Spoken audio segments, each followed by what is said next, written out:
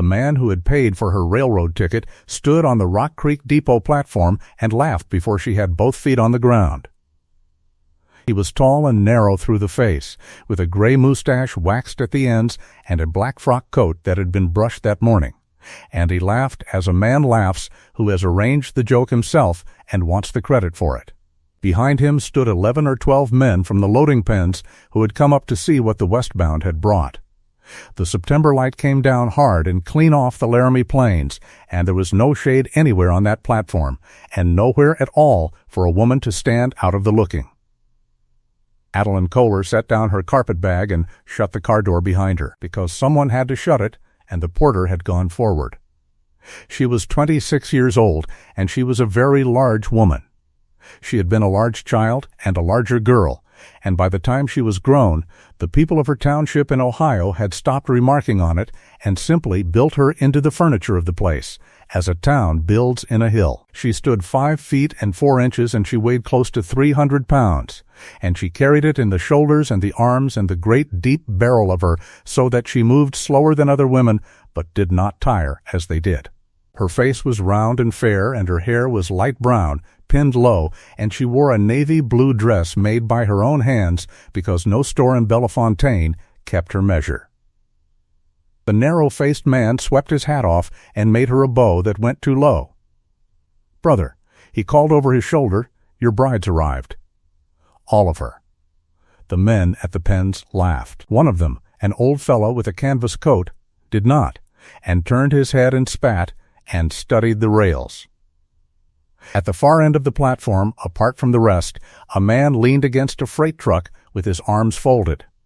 He was 30, lean and sunburned, dark-haired, with a short beard grown in because shaving was one more thing to do in a day that had too many. He did not laugh. He did not come forward, either. He looked at her the way a man looks at a bill that has come due before he expected it, and then he looked away, out past the water tank, at nothing. Adeline picked up her carpet-bag. "Which of you is Orson Tarbell?" she said. Her voice came out level.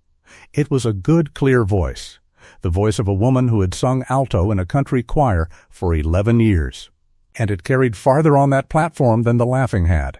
The lean man pushed off the freight truck. "I am," he said. "Then I'm your wife," she said, "or I will be unless you'd rather send me back. There's a train East Thursday. I'd take it and no hard words spoken." Nobody laughed at that. The narrow-faced man opened his mouth and closed it. Orson Tarbell came the length of the platform and stopped in front of her, and up close he had gray eyes that were red at the rims from wind and from not sleeping, and he smelled of horses and of the sage that had been rubbed into his coat by 100 miles of riding. "You'd get off a train," he said, "and offer to get back on it."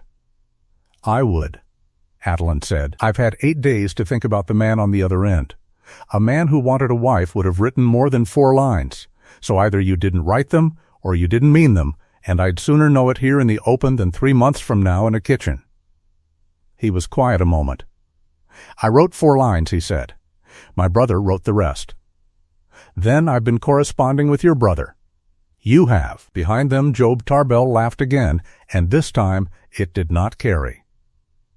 "Job's a great one for letters," Orson said. He took the carpet-bag out of her hand, which he had not offered to do while the men were watching, and now that they were still watching, he did it anyway. "Come out of this sun." "There's a bench."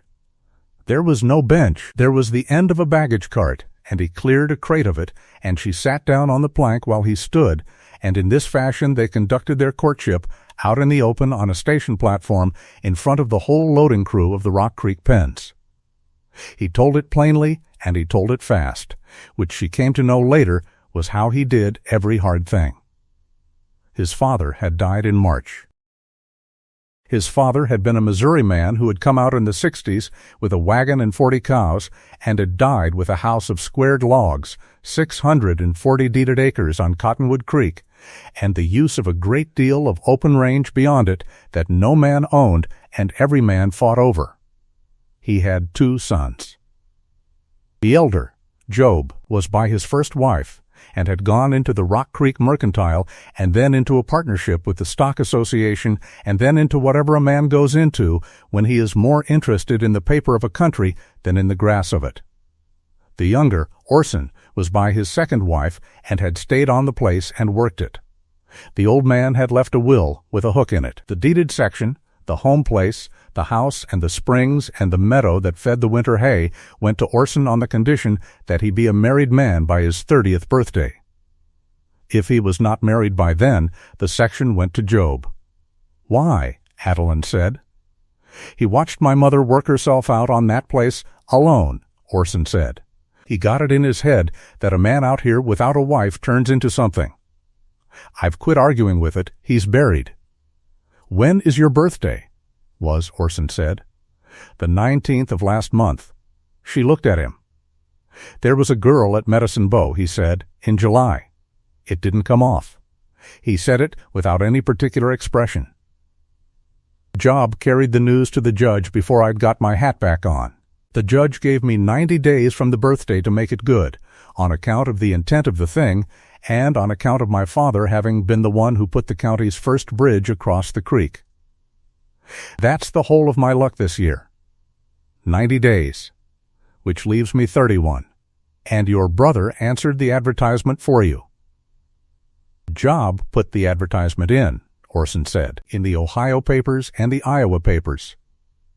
He answered the letters that came. He picked out the answer he liked. He picked me. Orson Tarble looked at her, and then he made himself go on looking at her, which she noticed, and which she did not forget for the rest of her life. "He picked you," he said, "because of what you wrote in the 3rd paragraph of your letter. You wrote that you were a heavy woman, and that you'd not have a man come to the depot and find out for himself." He read that part out loud in the Rock Creek store to 9 men. He's been reading it out loud for 5 weeks. The old fellow in the canvas coat down at the pens turned around at that and looked hard at nothing. "Well," Adeline said. She sat on the baggage cart with her hands in her lap. Far off, a windmill was turning without hurry, and beyond it the plains went out brown and gold and enormous to a rim of blue mountains that looked like weather and were not. "I put it in the 3rd paragraph on purpose," she said. "I wanted it read before a man spent money on a ticket. I did not expect it read to 9 men in a store, but I would write it again. I'd not blame you for taking Thursday's train. I've not said I'm taking it." She turned her head and looked at him. "Mr. Tarble, I want to be plain, because I think you're a plain man, and I'd rather find out now if I'm wrong. I have $31 and a trunk coming on the freight. My father was a wool grader for the buyers at Springfield, and he died owing more than he had. My mother is gone. My brother has a wife and 6 children and 2 rooms, and he has been kind about it, which is worse than if he'd been unkind. There is no place in Ohio where I am needed. That is my whole situation, and I'd not have you think there is more." "That's more than I've got," Orson said. "I've got a section I don't own yet, and 1,100 head of cattle I owe the bank for. Then we are neither of us a prize. No, you need a wife by the 18th of October or you lose your father's house. I do." And after the 18th of October, Adeline said, "You'll have a wife, and she'll still be here, and she'll be this size, and every man at the pens will know how she got here." Orson Tarbell was silent for a good while. "Ma'am," he said finally, "I've been writing 11 hours, and I'll say this badly. If you come out to Cottonwood Creek with me, I'll not pretend to you, and I'll not lie for you. I can't tell you I know what I feel, because I don't know you. But I'll tell you what you'd get. You'd get the house. Not the run of it, the whole of it. It's yours to order as you please, and I'll not have my brother in it. You'd get your own money if you make any. And any man that speaks to you as Job spoke on this platform, he'll speak to me after. And if he's your brother—" "He is my brother," Orson said. "That's not a shield. That's just a fact about him." She looked out at the windmill a while longer. There is a moment in the life of a person who has been laughed at for a long time when a door opens somewhere and the choice is whether to go through it while people are watching. Adeline Kohler had let 3 such doors close in Ohio because of the looking. She stood up off the baggage cart, and the plank came up with a small sound. "Then let's find your judge," she said, "before your 90 days runs out and we've both come a long way for nothing." They were married that afternoon in the front room of Judge Aurelia Stowe's house in Rock Creek, with the judge's wife and the judge's hired girl for witnesses, and Job Tarbell standing in the doorway where he could be seen. The judge read it out, and Orson said the words, and Adeline said the words. There was no ring, because there had been no time to get one, and Orson Tarbell said so out loud to the judge in front of everybody rather than let it pass unremarked, which Adeline also did not forget. Job Tarbell came forward afterward with his hat in his hand and his face arranged. "Sister," he said, "welcome to the family. I hope you'll not hold the joke against me. A man's got to have his fun in a country like this." "Mr. Tarbell," Adeline said, "I hold nothing against you. You wrote me 11 letters, and I have kept every one of them, and in the 4th one you told me your brother's cattle were mortgaged for $11,000 and that he'd likely lose the place by spring. A man doesn't write that to a bride he's teasing. He writes it to a bride he means to have quit before she comes." The front room went very quiet. "I came anyway," she said. "So you'll have to think of something else." She took her husband's arm, because it was there, and they went out into the street where the wagon stood, and behind them the judge's wife laughed once into her handkerchief and then apologized to nobody in particular. The ride out to Cottonwood Creek was 22 miles, and it took them until dark.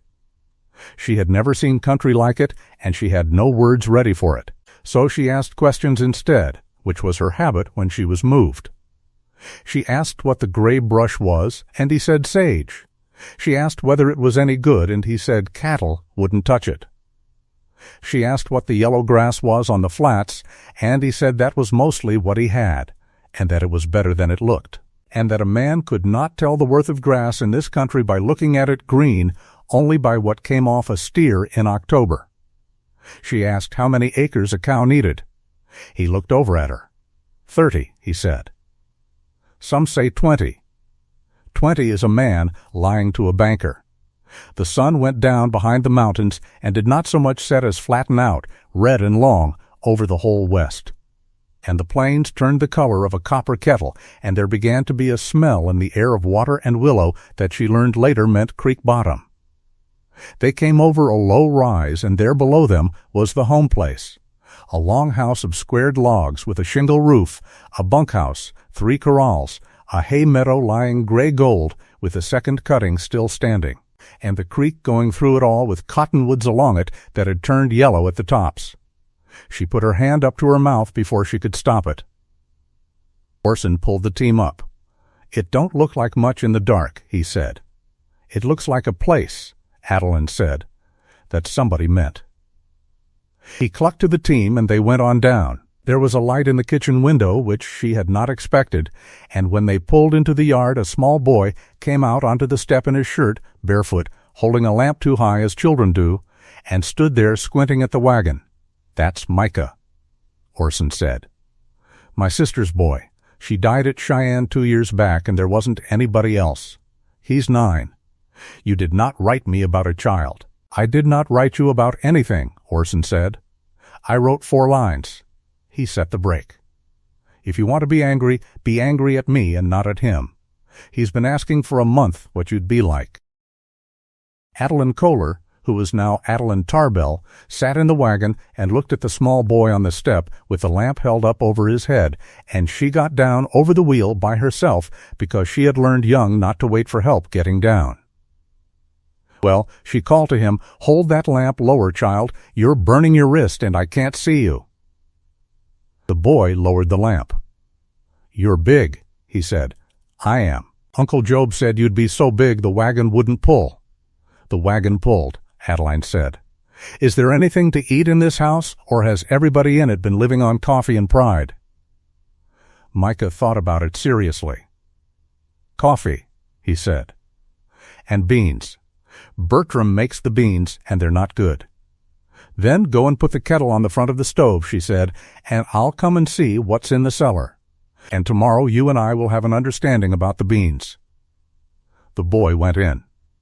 Orson came around the wagon with her carpet-bag in his hand and stood a moment in the dark, and she could not see his face. "Ma'am," he said. "You may as well call me Addie," she said. "Everyone else will call me something." The cellar under the Tarbell kitchen was a good one, dug deep and rocked up by a man who had known how, and it was nearly empty. She went down into it the first morning with a lamp and found 4 sacks of flour, a keg of salt pork with a skim of rust on the brine, a bin of last year's potatoes gone soft and eyed, 2 jars of something that had spoiled and been left there anyway, and 80 pounds of pinto beans. There was a milk shelf with nothing on it.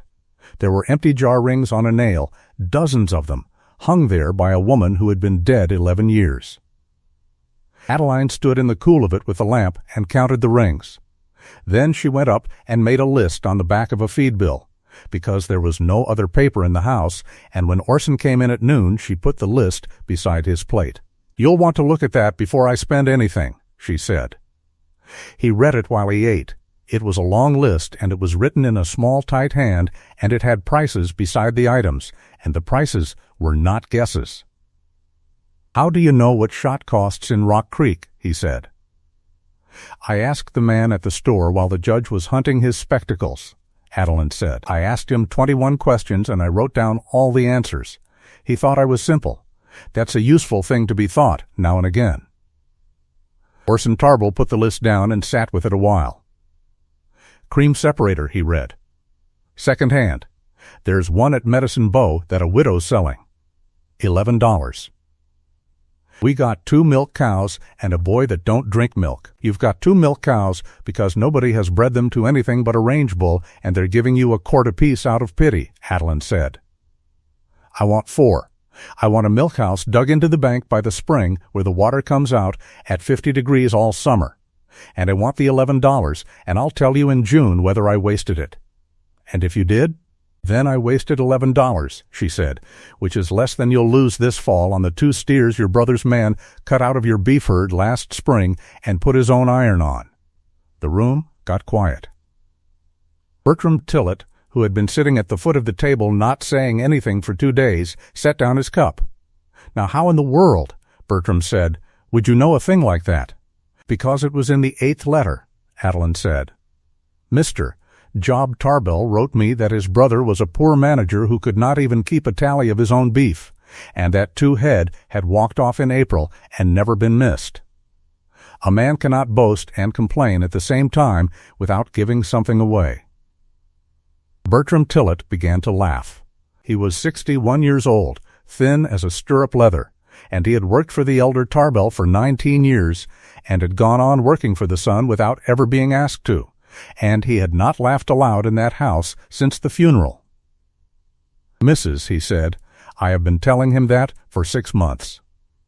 "Then you're both fools," she said, "for telling and for not listening. Eat your dinner." She had come out of Ohio with 3 skills and no illusions about which of them was worth anything. The first was that she could cook for a crew. She had cooked for her brother's threshing ring for 9 seasons, 22 men twice a day, and there was nothing in the Tarbell kitchen that frightened her. Inside a week the beans had salt pork rendered down into them, and an onion and a spoon of molasses, and there was light bread instead of soda biscuit, and Bertram Tillett had begun coming to the house half an hour early and standing about in the yard where he could be seen not to be waiting. The second was that she could keep books. Her father had taught her, at a wool table in a warehouse in Springfield, that a column of figures was a kind of confession, and that a man who would not show you his was telling you the truth about himself in the loudest possible way. She asked Orson for the tally books. He brought her a cigar box. The third was wool. That one she did not mention for 2 months. She did not mention it because she came out of a country where a man's whole reputation could be lost in a season, and she had watched it happen to her father, and she knew what it cost to be the person in a room who claimed to know something. So she kept quiet, and she looked. She looked at the flats south of the house, which Orson told her were no good, and found them thick with a gray-green brush he called winter fat, and a low sage that had a bloom on it, and, along the swales, a scatter of tall weed the cattle walked around. She studied the ridge behind the meadow, too steep and stony for a cow to work, with the grass on it standing untouched in September like hair on the back of a hand. She looked at the creek bottom where the cattle stood all day in the shade making mud, and at the willows they had eaten to sticks, and at the grass 50 yards up the slope that no animal had touched all summer because no animal had been made to. And in Rock Creek, on the second Saturday while Orson was at the bank, she went down to the freight platform. There were 14 wool sacks on it. They were the great long sacks, 7 feet of jute, tromped tight, and they were stenciled for a shipper at Rollins, and they were waiting on the eastbound. She walked down the platform with her hands folded, and she stopped by the third one where the jute had split at the seam and a wad of it had come through. She took the wool in her fingers. It was greasy and full of dirt at the tip, and it smelled of sheep and of sagebrush, and she rolled it and pulled a staple of it out straight and held it up against the sky to find the crimp in it, the little regular waves running down the fiber, and she counted them as her father had made her count them from the time she was 6 years old, in the warehouse, standing on a box. 5.5, she said out loud. 3 inches. And they've let it get tender in the middle. The poor things went hungry in March. "Ma'am," said a voice behind her, "you want to keep your hands off other men's wool." She turned around. It was a station hand. "Whose is it?" she asked. "Brill's." "Alden Brill, out of the Sweetwater side. And it'll set there till the freight bill's paid, which, as things are with him, will be never." "What's the matter with him?" The station hand looked at her, and then at the sacks, and then he shrugged as men do when a thing is too well known to be interesting. "He's a sheepman," he said, "in a cow country. That's the matter with him." She went back up the platform and stood in the shade of the depot with the smell of the grease still on her fingers, and she did not wash her hands until that evening, and when she did, she was sorry. That was the first Saturday of October. The second Saturday was the association dance. It was held in the new hall at Rock Creek, put up that summer by the Sweetwater Stock Association with a floor of planed pine that everybody in the county had heard about for a month. Orson did not want to go.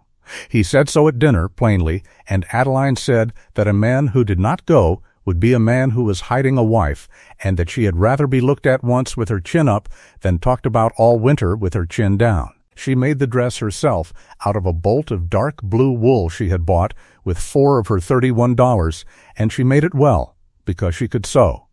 And she pinned her hair, and she put her mother's garnet brooch at the throat. There were perhaps 90 people in the hall. She knew what happened when she came in, because it had happened at every gathering of her life. The little hitch in the room, the half-beat where the talking dropped and picked up again in a different key. She had learned at 15 that the only cure for it was to walk clear into the center of the room instead of standing in the door, and she did that now, on her husband's arm, and Orson Tarbell, who had not known that he was going to do it, put his hand over her hand on his sleeve and left it there. Colonel Horace Strode came across to them. He was the president of the association, a broad, florid man of 60 with white side whiskers, an English saddle horse, and a way of being kind in public that cost him nothing. He took her hand and bowed over it and said that Cottonwood Creek had wanted a mistress for 11 years, and that he was glad to see the old house opened again. And he said it loud enough for the near half of the room to hear, and she was grateful to him for it and did not trust him. Then Job Tarbell spoke from behind the punch table, not loudly, to 3 men. "I told him to send for one that would keep," he said. Something that'd winter well. He said it in the pause between 2 fiddle tunes. Perhaps 20 people heard it. Adeline heard it. Orson heard it, and she felt the arm under her hand go to iron, and she closed her fingers on it and held on, and for a moment the whole evening balanced on what a lean man of 30 was going to do next in a hall with a new pine floor and 90 of his neighbors on it. Adeline turned around. "Mr. Tarbell," she said into the quiet. You'd have made a better joke of it if you'd said it in your letters. You had 11 chances. Somebody laughed. Not many. Enough, she turned back and the fiddle started and she went out onto the floor with her husband and danced the first dance, badly and slowly and clear through to the end, and the floor did not break and the roof did not fall in. But it was a long evening after that, and it did not get better, it only got quieter, and quiet is a thing that can be handed to a person like a plate. At 11 o'clock she went out onto the porch of the hall for the air. There was a man sitting on the step with his hat between his knees. He was near 50, sunburned to the color of harness, in a coat too good for the country and worn through at both elbows, and he was not drinking, which in that place at that hour made him conspicuous. You'd be Tarbell's wife, he said. I would. Alden Brill. She sat down on the step beside him, which took some arranging, and she did it without apology. Your will's on the platform at Rock Creek, she said. Fine and a half 3-inch staple, and it broke on you in March. Alden Brill turned his head and looked at her for a long moment. Say that again, he said. It's tender in the middle of the staple. You can pull it apart at the same place on every lock. Your ewes went short of feed somewhere about lambing, and the fiber came in thin for 3 weeks, and it'll never be strong again. A buyer'll find it in 9 seconds, and he'll dock you 1.5 cents, and you'll think he's robbing you. And he won't be. Brill laughed, and it was not a good laugh. It was the sound of a man hearing the truth from an unexpected quarter at the wrong end of a bad year. Where did Tarbell Bride learn wool? My father graded for the Springfield buyers 22 years, Adeline said. I stood at his table from the time I could see over it. He'd have me turn my back, and he'd put a lock in my hand, and I'd have to call the grade and the length before I turned around. He'd whip a wrong answer out of my brother. Me he'd only look at, which was worse. He in the business yet? He's dead. He went in with a man on a warehouse in 78, and the man was no good. And he lost it, and then he lost his name, and after that no buyer in Ohio would have him at a table. He died in a shed at my brother's place grading fleeces off 11 sheep for nothing. He was still right about wool the whole time. That's what I mind. Alden Brill was quiet for a while. Down the hall behind them the fiddles were going. Ma'am, he said, I'm quitting the country. I heard something of it. They've drawn a deadline on me. He said it flatly, as a man says a thing he has stopped being surprised by. Strode's Association. There's a line runs from the head of Muddy Creek along the rim to the Fort Steele Road, and my sheep don't cross it, and every year they move it a little further my way. 2 of my herders quit in August. Somebody run 400 head of my lambs into a coulee in June, and I lost 60. Nothing you can take to a judge. I've got a wife in Rollins that has asked me twice. How many head have you left? 612 ewes, Brill said. Good ewes. My old Delane blood out of Ohio, matter of fact, brought out by my father-in-law, crossed on a Rambouillet ram I paid too much money for. Best band of ewes between here and the Sweetwater, and I can't get a decent price for them because there's not a man in this county would be seen paying it. What do you want for them? She had not planned to say it. She heard herself say it. Alden Brill turned his hat over in his hands twice. They're worth $275 a head, he said. They'd bring 3 in Utah if I could get them there, and I can't, because I'd have to trail them through Strode's country. There's a Casper man's offered $1.25. That's not an offer. That's a man watching a house burn and asking what I'll take for the piano. $1.25 is $765 for the whole band. You do that in your head. I do that in my head, Adeline said. I have $31. Then it's a short conversation. It is tonight, she said. She got up off the step, which took a moment, and she stood there in her navy dress with the garnet at her throat and the sound of the fiddles coming out the door behind her. Mr. Brill, don't sell your ewes to the Casper man for a fortnight. If a fortnight goes by and you've not heard from me, sell them and go to your wife with my blessing and think no more about it. What's in a fortnight? I don't know yet, she said. But I know what wool is going to do this year, and I know what beef is going to do, and I'd sooner own 600 ewes than 1,100 cattle. And I'd not say that out loud on this porch to anybody but a man who's already been run off. On Monday morning, she asked Bertram Tillett to drive her to Rock Creek, and not to tell anyone where they were going, and Bertram, who had spent 19 years being told nothing by anybody, hitched the team so fast he forgot his coat. The depot agent's name was Otho Kell, and he did not want to talk to her. "Those sacks are held against a freight and storage bill of $41.60, he said. "Mister, Brill's been notified. After the 1st of November, they go to the railroad's account and get sold at Rollins for the charges." "Sold for the charges," Adeline said. 14 sacks. Better than 4,000 pounds of wool sold to cover $41 of charges. "That's the tariff, ma'am. That's a robbery with a tariff written on it," she said. "And I don't blame you for it. You didn't make the rule." "Mr. Kell, will you take a telegram?" "I will, if you'll pay for it." She paid for it. It was 11 words to Alden Brill at his camp on Muddy Creek, and it said that she asked leave to handle his clip there at her own risk and cost, and that he would owe her nothing if she failed. The answer came back in 4 hours. It said, "Handle it. God help you." Brill. She went to the store and bought 2 pounds of paper twine, a ball of chalk, and a bolt of unbleached muslin. She had, after the telegram and the twine and the chalk and the muslin, $19.40 left in the world. Then she borrowed 4 sawhorses and 3 planks from behind the livery, and she built a wool table on the freight platform beside the depot, and she opened the first sack with a knife. A wool table is a slatted table, and the slats are set apart on purpose, so that when a fleece is thrown out on it, the dirt and the seed and the short bits fall through and are gone. Hers was planks, so she had to shake each fleece twice and sweep between them, which is why it took her 9 days to do what would have taken her father's crew too. She worked from 7 in the morning until the light went. She rolled up her sleeves to the elbow, and she put on a canvas apron, and she stood at that table in front of the whole town, and she opened Alden Brill's clip, fleece by fleece.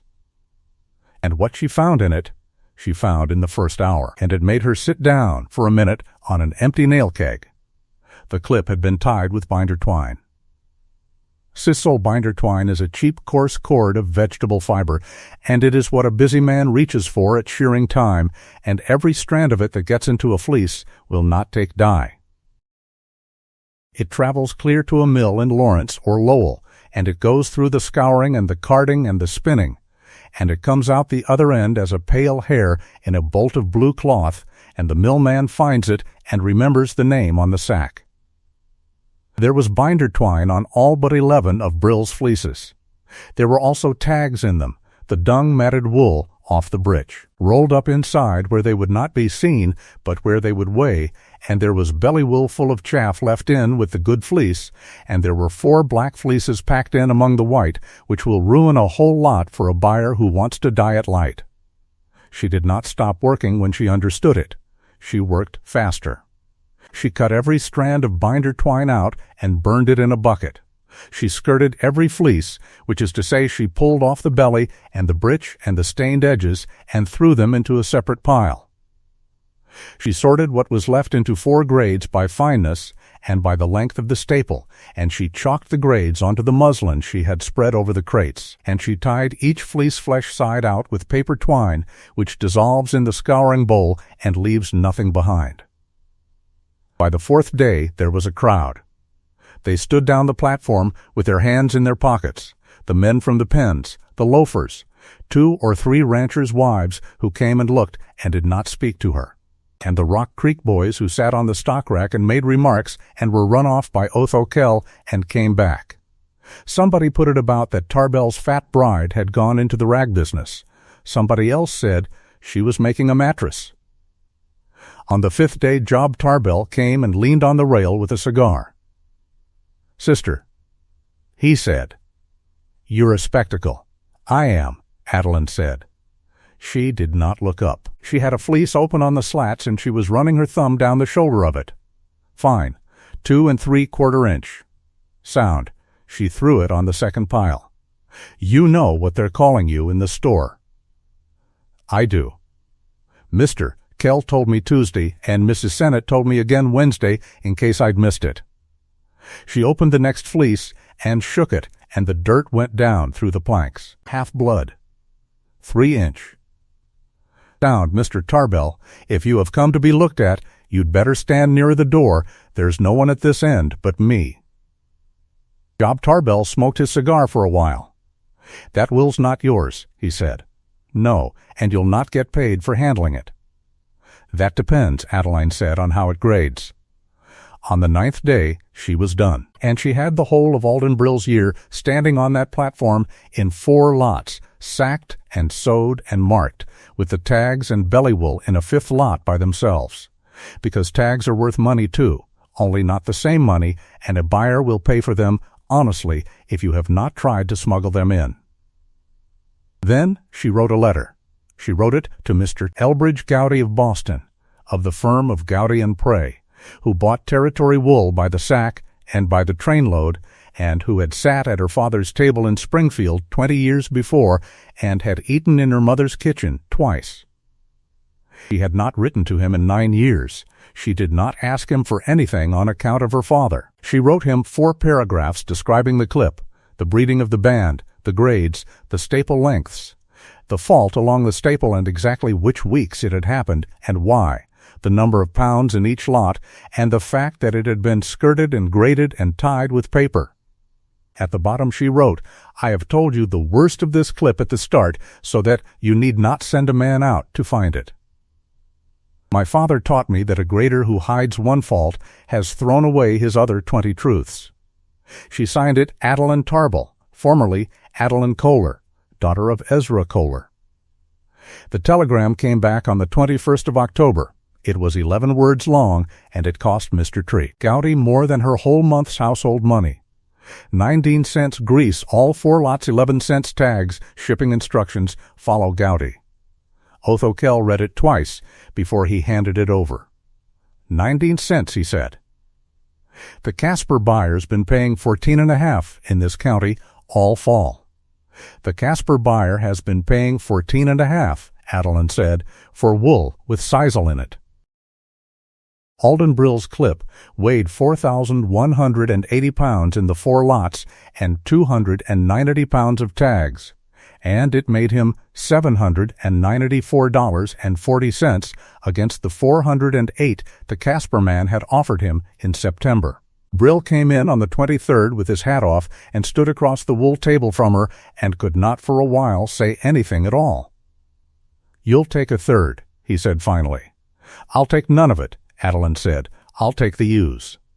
They made the trade in Judge Aurelia Stowe's front room, in the same room where she had been married, and the judge wrote it out in his own hand because Brill wanted it done right. She bought 612 ewes and 11 rams and 1 wagon and the camp outfit for $840. She paid $19 down, which was every cent she had. The rest was a note in her own name at 6%, 1/2 due after the wool sale of the following July. The whole due after the sale of the July after that, secured by the sheep themselves and by nothing else in the world. Ma'am, the judge said, over his spectacles, you understand this note is against you and not against your husband. I do. Under the laws of this territory, a married woman may hold property in her own right and may contract in her own name. And it is a good deal more than she can do in Ohio, and I'll tell you honestly that in 11 years on this bench I have written out exactly 3 such notes, and 2 of them were for widows. Then write the 4th, Adeline said. Judge Stowe wrote it. Then he blotted it and sat back. Does Orson know? Not yet. Well, said the judge. She rode home with Bertram in the dark, and the wind came up out of the northwest and blew the whole way, and she did not say one word in 22 miles, and Bertram Tillett, who could smell a storm in a household as he could smell one in a sky, did not ask her anything. She told Orson at the kitchen table after Micah had gone up. She laid the note flat on the table and turned it around so that it faced him, and she took her hands off it. And she told him what she had done in the order she had done it, and she softened no part of it. Orson Tarble read the note through twice. Then he got up and walked to the window and stood with his back to her, and the lamp threw his shadow up the wall and across the ceiling. "Sheep," he said. 600-odd ewes and 11 rams. "On Cottonwood Creek, on the ridge and the South Flats," she said. "Not on your meadow, not on your creek bottom.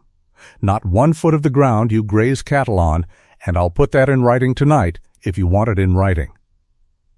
He turned around and she saw his face, and it was worse than shouting. "You don't know what you've done," he said. "Addie, you have been in this country 6 weeks. There's a line drawn from Muddy Creek to the Fort Steele Road, and there's 40 men in the association that will hold it, and they will not hold it politely. Brill's been 3 years being ground down to nothing, and you have just bought the millstone off him and carried it home. I know exactly what I've bought. You've bought a fight. I've bought 7,000 pounds of wool a year," Adeline said, "and 1,100 lambs off the ground every spring, and a crop that comes off in June when the note's due, and a market that does not care one particle what the Stock Association thinks of it. And when Strode's men run them over a rim, then I'll have bought a fight," she said. "Orson, sit down." He did not sit down. "Beef is going to break," she said. "Beef has broke before, not like this." She turned the lamp up a little, because she wanted him to see her face while she said it, since he had let her see his.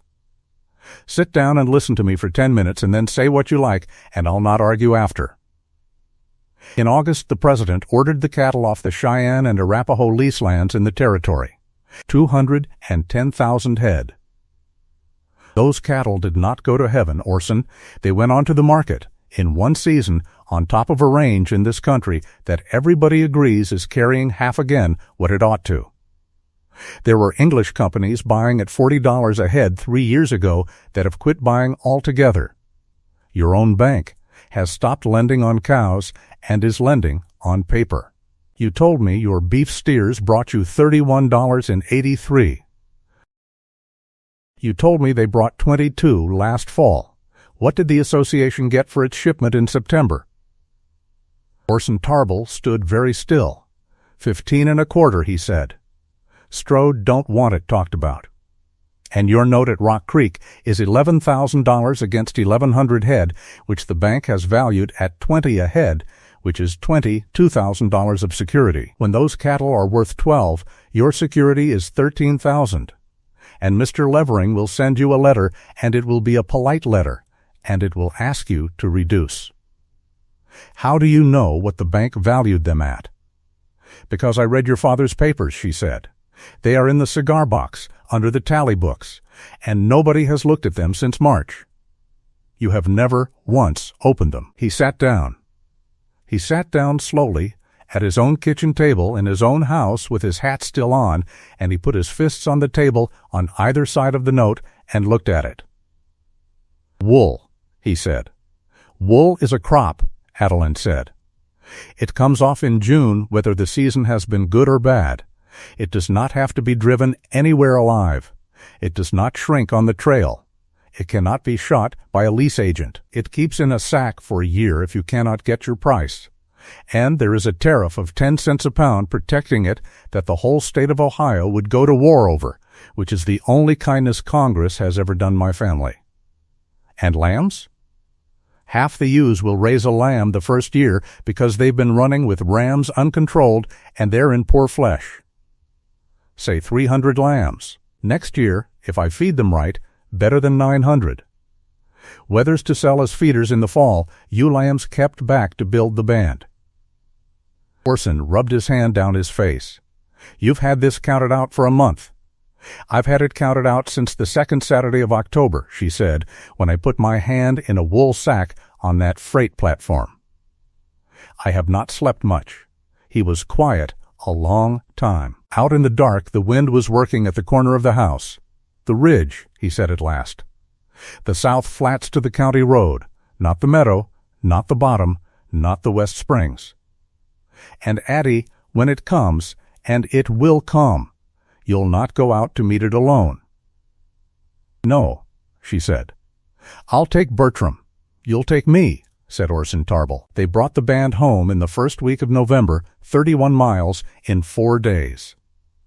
Alden Brill came with them as far as the county road because he said he would not hand a band of ewes to a woman off a wagon seat like a sack of meal, and because, though he did not say this, he had raised them 11 years, and wanted to see them onto good ground with his own eyes. With him came a man Adeline had not expected.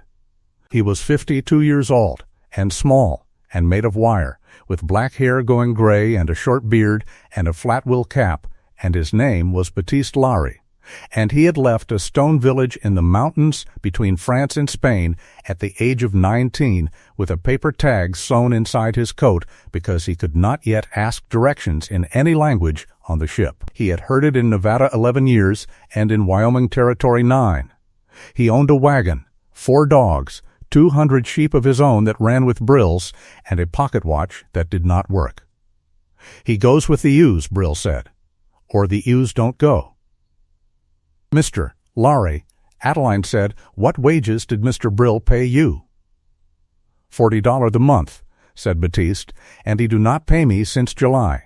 Then I will pay you 45, and I will pay you on the last day of every month, and if I ever cannot pay you, I will tell you on the 20th, so you have 10 days to find another place. And I do not know sheep in this country.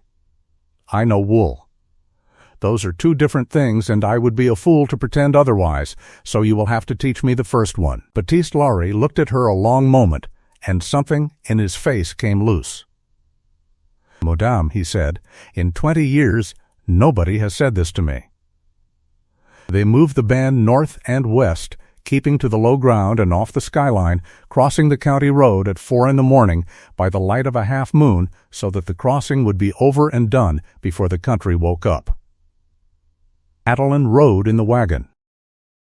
She could not sit a horse, and had no intention of learning at 26 with 300 pounds to put on the animal's back, and she said so to Baptiste at the first camp without the least embarrassment. Because a person who has spent a lifetime being told what her body cannot do learns eventually to say it first and save everybody the trouble. What she could do, it turned out, was walk, not fast. But hour after hour, from the first gray light to mid-morning, and again from 3 until dark, at the pace of a grazing band, which is the pace of an animal that takes 11 steps and puts its head down, and there is no faster way to move sheep and stay in the wool business. She walked the whole 4th day, 11 miles, in a pair of her father's old boots that she had brought from Ohio for no reason she could have named at the time, and when it was over she settled onto the wagon tongue and pulled her stockings off her feet in strips, and Baptiste boiled water without saying anything and set it down by her hand. Brill's wife, she never walk with the sheep, he said. Brill's wife had sense. No, said Baptiste. Brill's wife had a chair. They came down the last ridge onto Cottonwood Creek an hour before sundown on the 7th of November. Orson and Bertram and the boy were sitting their horses at the top of the flat, and the whole band came over the rim behind Baptiste's lead ewes and spread out, and came down the slope in one gray moving sheet, 623 head, and the sound of it reached the men before the sight of it did, that low, continuous complaint that a band of sheep makes, which is like nothing else on earth, and which no man forgets after he has heard it once. Micah stood straight up in his stirrups. Aunt Addie, he yelled, there's 1,000 of them. There are 623 of them, she called back. And if you can count them in this light, I will give you $1. Orson Tarble sat his horse and watched his father's south flats fill up with sheep, and his jaw was set, and he said nothing for a full minute.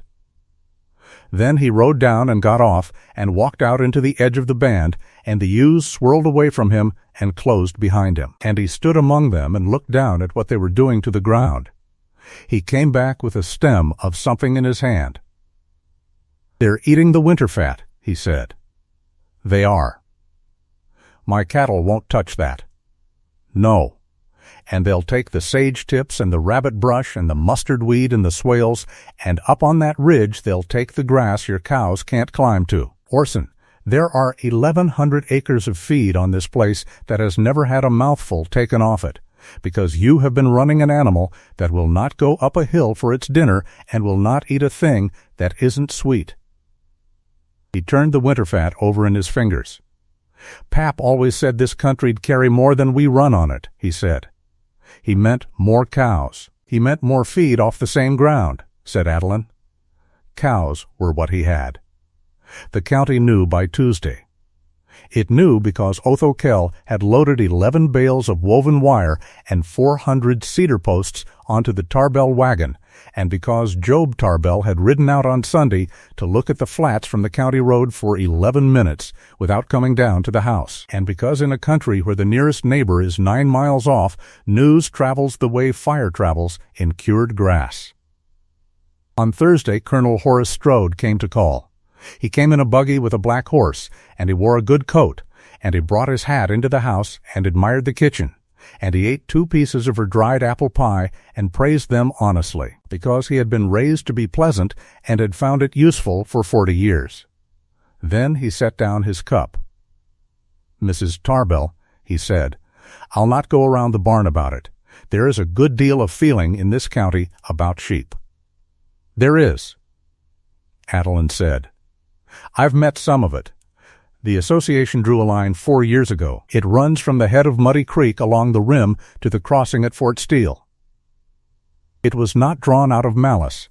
It was drawn because a band of sheep bedded 3 nights in one place will take a piece of range down to the dirt, and because sheep foul the water, and because the smell of them keeps cattle off feed for a week after they've passed. 2 of those 3 things are true," Adeline said, "and the middle one is not." Colonel Strode raised his eyebrows. "You are the first person in 11 years, he said, to answer me on that subject with a number. Sheep will ruin ground if a man beds them in the same place twice, and lets them lie out in the heat of the day where they'll graze in a ring till the ring is dirt, and runs them along the creek because it is easier for the herder. Every one of those is a herding fault. I have hired a man who has not committed one of them in 20 years. She folded her hands. "Colonel, they will not cross your line. They will not go on your grass. They will run on this deeded section and on the flat south of it that no cow of ours has grazed since the 79s, and there is going to be a 4-wire fence around all of it before Christmas, which I am paying for out of my own pocket, and which is the first fence on Cottonwood Creek in the history of it." Strode turned his hat around by the brim. "You'll fence." "I will fence." "Ma'am, I've spent 4 years telling the members of this association that a fence is the beginning of the end of the open range." "It is," Adeline said. "It began the year they invented the wire, and it has been coming toward this county the whole time, and it will get here whether I fence or not." "Colonel, may I say a hard thing at my own table?" "I expect you will." "There will not be an open range in this county in 10 years, she said. "There will not be one, because there is not grass enough left on it to feed the cattle already standing out there. And every man in your association knows it, and none of you will say it in the hall on a Saturday.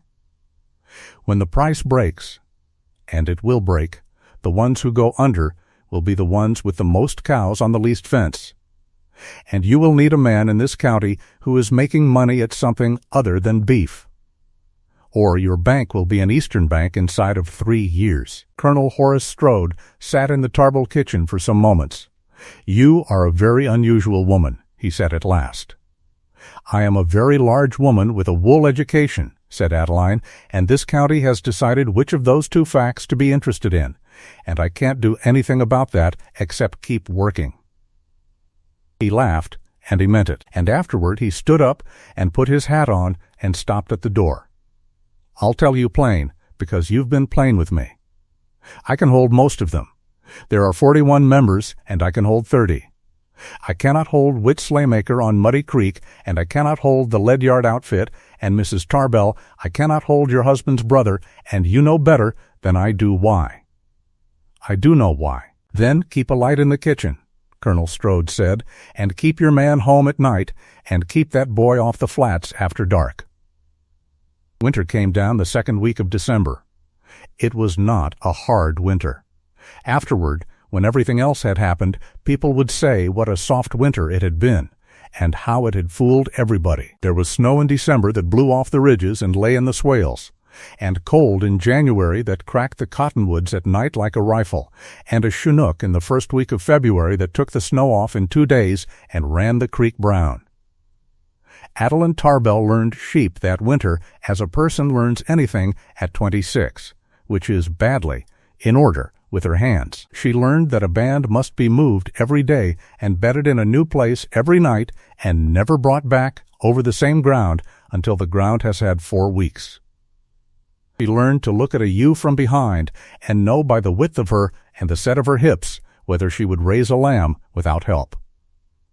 She learned to run her hand into the wool at the shoulder and feel the flesh under it, because a ewe in full fleece will starve to death looking fat, and the wool will lie to you all winter if you let it. She learned to trail a band from the wagon with the dogs and Batiste.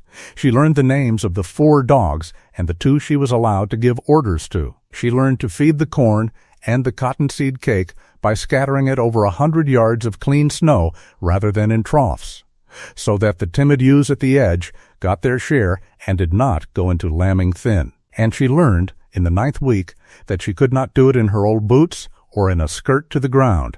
So she cut 2 dresses off at the boot top and put on a pair of Orson's canvas overalls underneath and stopped caring what the county said, and the county said plenty. The county said other things, too. In January, in the store at Rock Creek, with 11 people standing around the stove, Whit Slaymaker of Muddy Creek said, to nobody and to everybody, that Tarbell had gone and married a sheep so as to have somebody to talk to, and that at least she'd shear out heavy. Orson Tarbell was standing at the counter buying cottonseed cake. He set the money down, and he turned around and he walked over to the stove, and Whit Slaymaker, who was 38 and had 4 inches and 40 pounds on him, got up off the nail keg. What happened afterward was disputed for years. What was not disputed was that Whit Slaymaker went out through the screen door without opening it, and that Orson Tarbell went out after him, and that when Mrs. Ivy Sennett came in from the back with the flour scoop still in her hand, the 2 of them were in the road, and it was over, and that Orson came back in and picked up his change and said, "Ma'am, I'll pay for the door." Adeline heard about it from Micah, who had heard about it from Bertram, who had it from the freight driver. She said nothing to Orson that night. She waited until Sunday, when he came in at noon with his hand still swollen and could not close it around the coffee cup. "Let me see it," she said.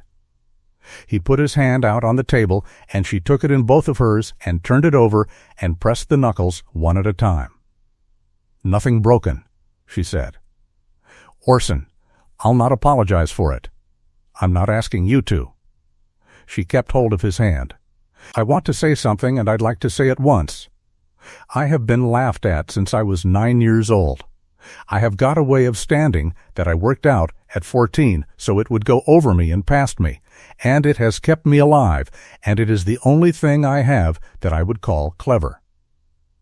"That's not clever," Orson said. "That's a callus." "It is," she agreed. "And a callus does the work. But the trouble with it is that a person gets used to nobody standing up, and then when somebody does, she doesn't know where to put it."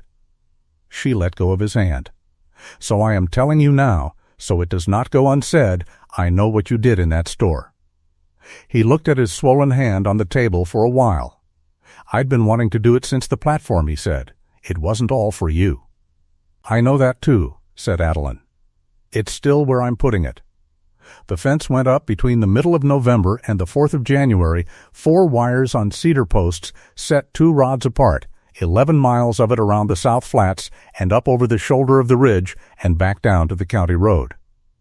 Adeline paid for it with the tag money, The odd lot of tags off Brill's clip that Mr. Gowdy had bought at 11 cents, and with the sale of the 11 old rams she culled out in December, and with $61 of butter and egg money from the store in town, and she kept the account of every dollar of it in a ledger she bought for 40 cents, and ruled herself. Orson dug post holes for 9 days without being asked and without saying anything about it. Bertram Tillett tamped and strung wire and complained the entire time, in a steady, low, unhurried way, like a creek going over rocks, about fences, about sheep, about the sinful softness of a country where a man had to dig a hole in iron hard ground in December so an animal could be told where to stand. He complained through the whole 11 miles. He did not miss it a day. The night it happened was the last day of February. There had been a chinook, and the snow was off, and the ewes were 7 weeks from lambing and heavy with it, and Batiste had them bedded on the bench above the springs, where the ground was dry and there was a windbreak of rock. He was camped a quarter-mile below in the sheep wagon with the dogs. Somebody came in the dark along the county road and cut the fence in 4 places.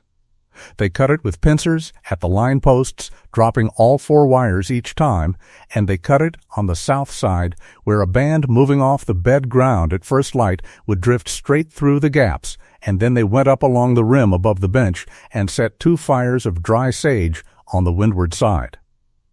They did not go near the sheep. They did not have to. Sheep bedded quiet all winter will come off the bed ground at daylight in one body and follow the ewe ahead of them, and that morning the lead ewe went away from the smoke, downhill through the second gap, out onto the open flats and the sage, and the 11,000 acres of country beyond that belonged to nobody and to everybody, and 611 others went with her. Batiste got the dogs onto the leaders and turned about half of them before they crossed the road. The rest went. Adeline came out of the house at 6:30 in the morning, with her hair still down her back, and stood at the top of the step, her hand on Micah's shoulder, and looked south at the flats, and there was nothing on them but sage, and 1.5 miles off, the dust. She did not shout. She did not run, because she could not run, and had known this about herself since she was a child, and had built her whole life on the arrangement. "Micah," she said, "go to the bunkhouse and tell Bertram to hitch the light wagon and put the 2 water kegs in it and my black kettle and every blanket in the house. Then go up and tell your uncle, and tell him the words I say and no others. They are through the fence, and Batiste is holding what is left. Say it back to me."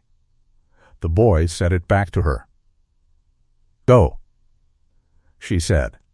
They were 4 days getting them. Orson rode the west side with Bertram and 2 men from the Ledyard outfit who came without being asked and never afterward said why, though everyone knew that the elder Ledyard had gone through the winter of the 70s with the elder Tarbell, and that some debts do not have a form to be recorded in. Batiste worked the center with the dogs, sleeping 3 hours a night in the sheep wagon. And he was 52 years old, and by the 3rd morning he was walking like a man of 80. Adeline worked the wagon and the water and the ground. That was her whole part in it. She could not ride, and she could not run, and there was no heading off a stampeding string of ewes on the point of a hill, so she did the thing she could do, which was to go out on the flats in the light wagon with the water kegs and the kettle and a sack of cracked corn, and set up in the low place where 3 coulees came together, and the only spring for 4 miles came out of a bank, and stay there, in one spot, from before light until after dark, for 4 days. Because sheep come to water. They came in strings of 11 and 20 and 40, drifting, footsore, lambs half made inside them. And they found the spring because their mothers and their mothers' mothers had been finding water on that kind of ground for 4,000 years. And when they came, Adeline was there in the wagon with the corn. She learned to be still. She learned that a woman standing up in a wagon box 100 yards off will hold a string of ewes at a spring for the 10 minutes it takes them to drink and settle, and that a woman who walks toward them will lose them over the rim in 9 seconds. She built a wing of brush and rope on the north side with the help of nothing but her own arms and 4 hours, so the ones that came in could be eased along it into the mouth of the middle coulee, which was steep-sided and dead-ended, and could be shut with the wagon. She held 40 one head the first day, and 190 the second. On the second night it turned cold and rained and then froze, and she sat under a tarpaulin on the wagon seat with the kettle going and her boots in the mud, and did not sleep at all. And at 3 in the morning Orson came in out of the dark on a played-out horse, and got down and stood beside the wheel and could not speak for a moment. "How many?" she said. "I don't know. 200, maybe, in the deep draw. Ledyard's boys are holding them. Get up in the wagon and eat this and lie down under the tarp for an hour." "There's no time to lie down." "There's an hour," Adeline said. "It's dark. You can't gather sheep in the dark. Lie down, or I will tell your neighbors you were bested by a wagon seat." He got up in the wagon. He ate what she put in his hands, and lay down under the tarpaulin with his hat over his face, and about 4 minutes later he was so far gone that when she put a blanket over him he did not move, and she sat there in the dark above him for the 56 minutes that were left with her hands wrapped around a tin cup, listening to sheep coming down the coulee in ones and twos in the freezing rain. By Friday evening they had 568.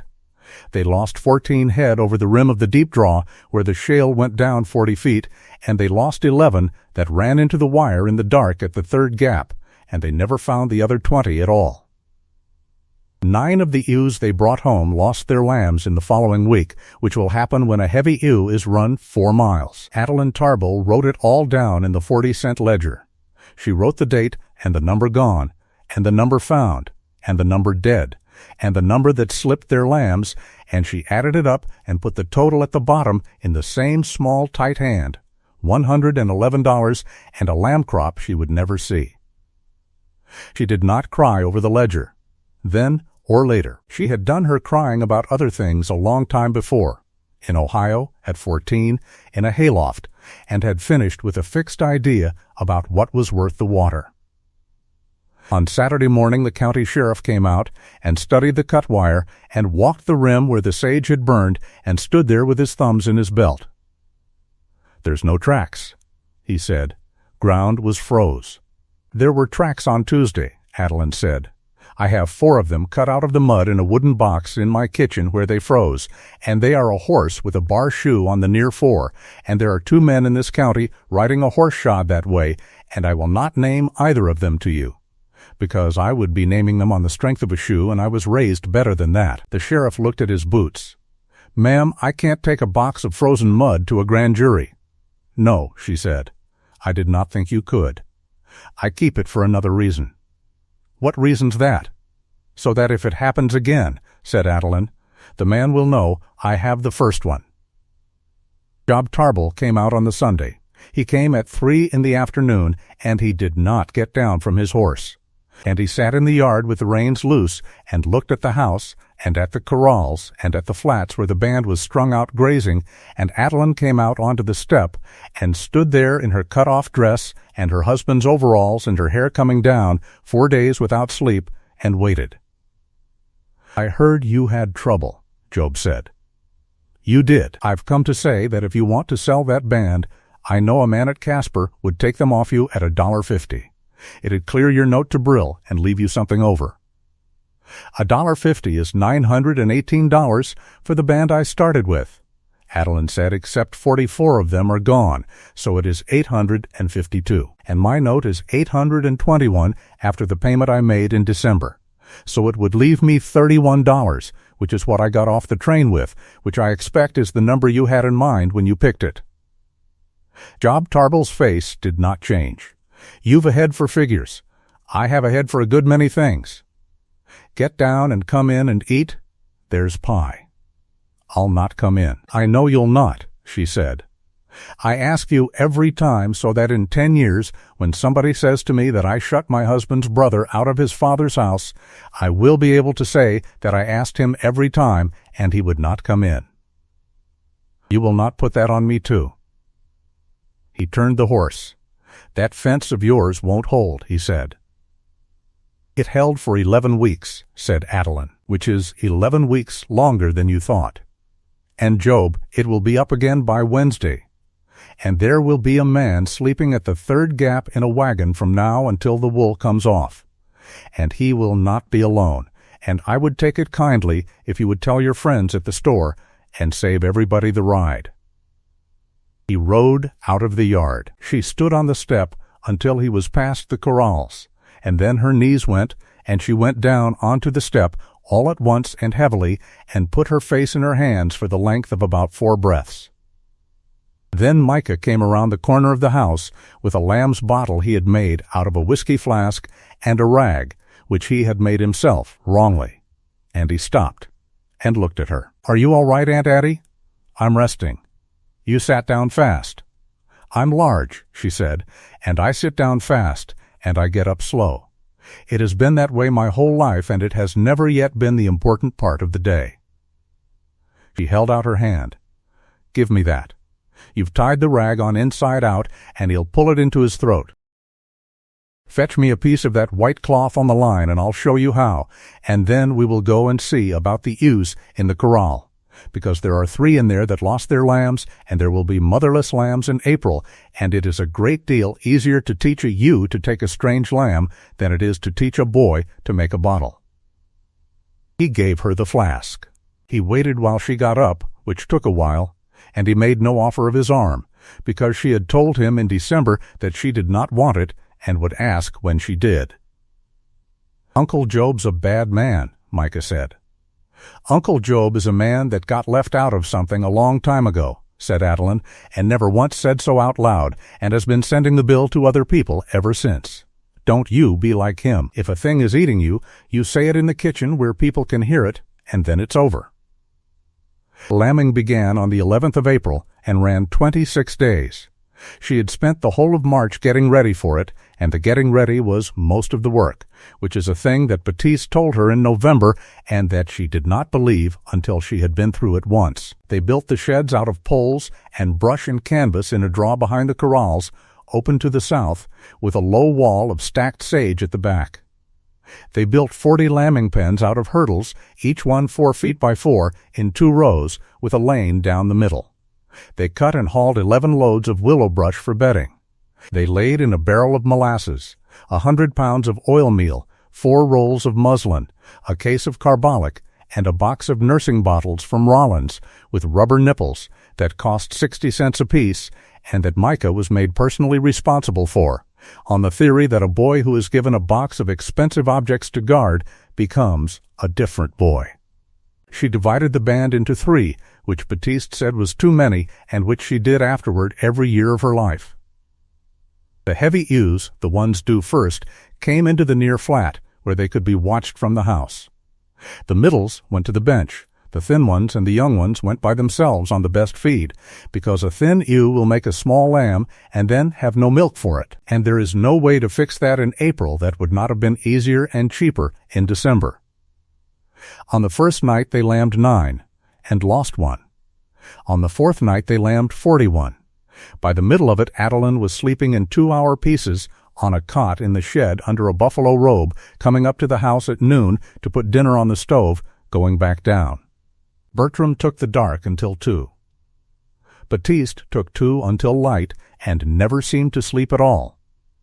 Orson rode his cattle in the morning and came down to the sheds at 4 in the afternoon and worked until midnight, and did it again the next day, and he did that for 9 days without anybody asking him to, and without one word being said about it in the house. They lambed 509 ewes and got 481 lambs on the ground alive. Cattlemen learned in those 26 days more than she had learned in the previous 6 months, and most of it came in through her hands in the dark. She learned the difference between a ewe that is going to be all right in an hour and a ewe that has been at it too long. She learned to grease her hand and go in and find a head turned back and bring it around, and the first time she did it, she was so afraid that she had to stop and put her forehead against the ewe's flank and be still. And the second time she did it, she was not afraid, and by the 11th time she could do it and talk to Micah over her shoulder about the bottle at the same time. She found that a chilled lamb, stiff and apparently gone, will very often come back if you put it in a tub of water as warm as your wrist can bear and hold its head up out of it for 11 minutes. She kept a tub going on the shed stove the whole of April, and she brought back 34 lambs in it, and Micah kept the tally of those on the shed post in chalk because she would not let him keep the tally of the dead ones. And she learned the graft. There is no gentle way to describe it, and Baptiste did not try. When a ewe loses her lamb, she has milk and no reason on earth to give it to anybody, and she will know a strange lamb by the smell of it in 1 second and butt it out of the pen and go on butting it. And in the same shed, on the same night, there will be a twin whose mother has not milk enough for 2, and it will be dead by morning. So you take the pelt off the dead lamb, and you tie it over the living one, with the legs through, like a little coat. Cattlemen could not do it the first time. She stood there in the lamplight with the knife in her hand, and her arms would not go.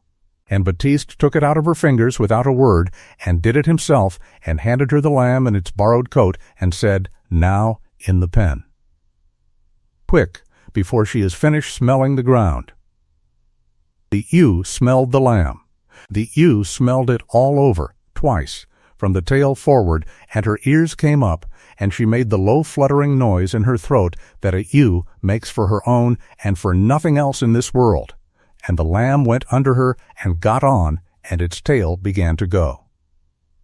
Adeline Tarbell stood in that pen in the dark with tears running down her face for the first time in 11 years. "Every year," said Baptiste, "it is the same.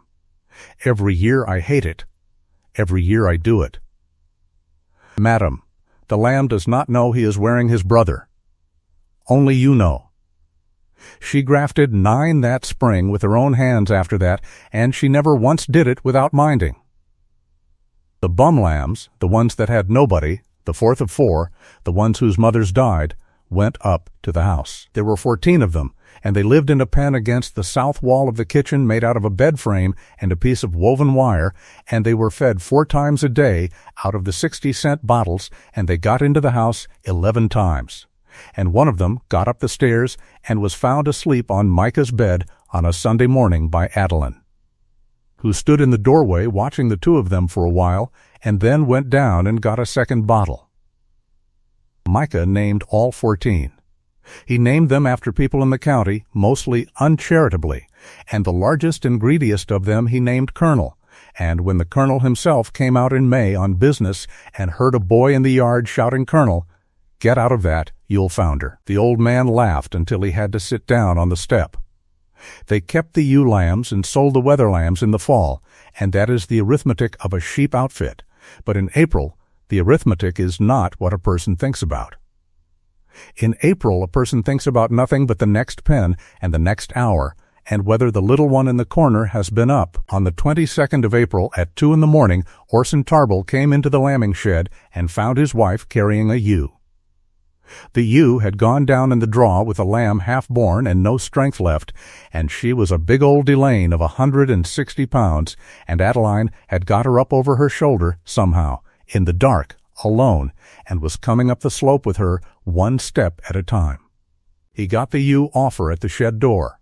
They laid her down in the straw, and Adeline went in and turned the lamb, and it came, and then a second one behind it, and both of them lived, and the old ewe put her head down and took them. Orson sat back on his heels in the straw. You carried her 100 yards. 80, maybe, Addie, that you will go 150 pound. 160, she said. I've a great deal of practice at carrying weight uphill. It is the one advantage of the arrangement, and I have never been able to think of a second one, but I'll take it. He laughed. He put his head back and laughed out loud in the lambing shed at 2 in the morning, and it went up into the canvas, and Adeline, kneeling in the straw with her sleeves rolled and her arms to the elbow in the business of the night, looked at him and looked away. I want to tell you something, Orson said. Not now. Why not now? Because I'm tired, she said. I have been up since Tuesday, and whatever it is, if you say it now, I'll not be able to tell tomorrow whether you meant it or whether it was 2 o'clock in the morning talking. and I would rather have it said badly in the daylight than beautifully in a shed." He sat there a moment. "All right," he said. He did not say it in daylight. It was 6 more weeks before he said it at all, and afterward he told her that he had spent all of those weeks trying to think of a way to say it that would not sound like a man being grateful, and had not found one. Which was why it came out finally as it did, on the worst possible day, in front of 11 people. What he did instead, that April, was other things. He came down to the sheds an hour earlier. He built her a chair. It was a plain chair of 2-inch oak with a low wide seat and arms set far apart and back legs raked out, and he made it in the shop in 3 evenings without telling anybody what he was doing, and he set it by the shed stove one morning while she was up at the house. It was the first chair in her life that she had sat down into without first, in some back room of her mind, calculating. She stood looking at it for some while. Then she sat down in it and put her hands on the arms of it, and did not say anything to him about it for 2 days, and when she did she only said, "The chair fits," and he only said, "I measured the kitchen bench." And that was the whole of the conversation, and both of them understood every word of it. The other thing he did on the 30th of April. He rode up to the north end of the deeded section with a shovel and a coil of wire, and he took down 200 yards of the drift fence his father had built in '79, and he moved his own cattle off the West Springs. And he opened the whole of that ground, 400 acres of it, the best early grass on the place, to his wife's sheep. Adeline saw it from the wagon on the 1st of May. She went up. "That's your spring grass," she said. "It's the place's spring grass." Orson, he was standing by the gap with the wire in his hands, and he never looked up from what he was doing. "I have been thinking about it since the night you laid that note on my table," he said. "You told me you'd not take a foot of my ground, and you have not took a foot of it. And every day since November you've been walking your band around the outside of my grass like a woman going around a parlor rug in a house where she's not sure she's welcome. And I've let you do it because it was easy for me, and because I did not know yet what I thought." He straightened up. "You've put 600 head of stock on this place that eat what mine won't eat. You've put a fence up out of your own money that keeps my cattle out of the county road and has saved me 2 head already. You've paid Bertram's wages since January out of butter money and thought I didn't know it. You've got a boy in that house that talks now, Addie. He did not talk for 2 years after his mother died, and now I can't get him to quit." He threw the wire over the post. "There is no rug," he said. "It's the same floor. Put them on the springs." The letter from the bank came on the 9th of May. It was 1 page. It was courteous. It observed that the market for range cattle had declined materially since the loan was written, that the security had been revalued at $12 a head, that the bank found itself obliged by its examiners to keep a certain proportion, and it requested that Mr. Tarble reduce his obligation by $3,000 on or before the 1st of October, and remained his obedient servant. Winfield Levering, cashier. Orson read it at the kitchen table and then handed it across without a word, which was in itself the largest thing that had happened in that marriage since November. Adeline read it twice. 3,000 by the 1st of October, she said. "Where does he think you'll get it?" "Ship steers in September." "At what?" "At whatever they're paying," Orson said, which is where the joke is. "If beef is 14, I ship 230 head to make 3,000, and then my security's down 230 head, and he'll write me another letter in the spring. And if you don't ship?" Then he calls the whole 11,000 and takes the cattle, and the cattle don't cover it, and he takes the deeded section for the difference. He turned his coffee cup in a circle.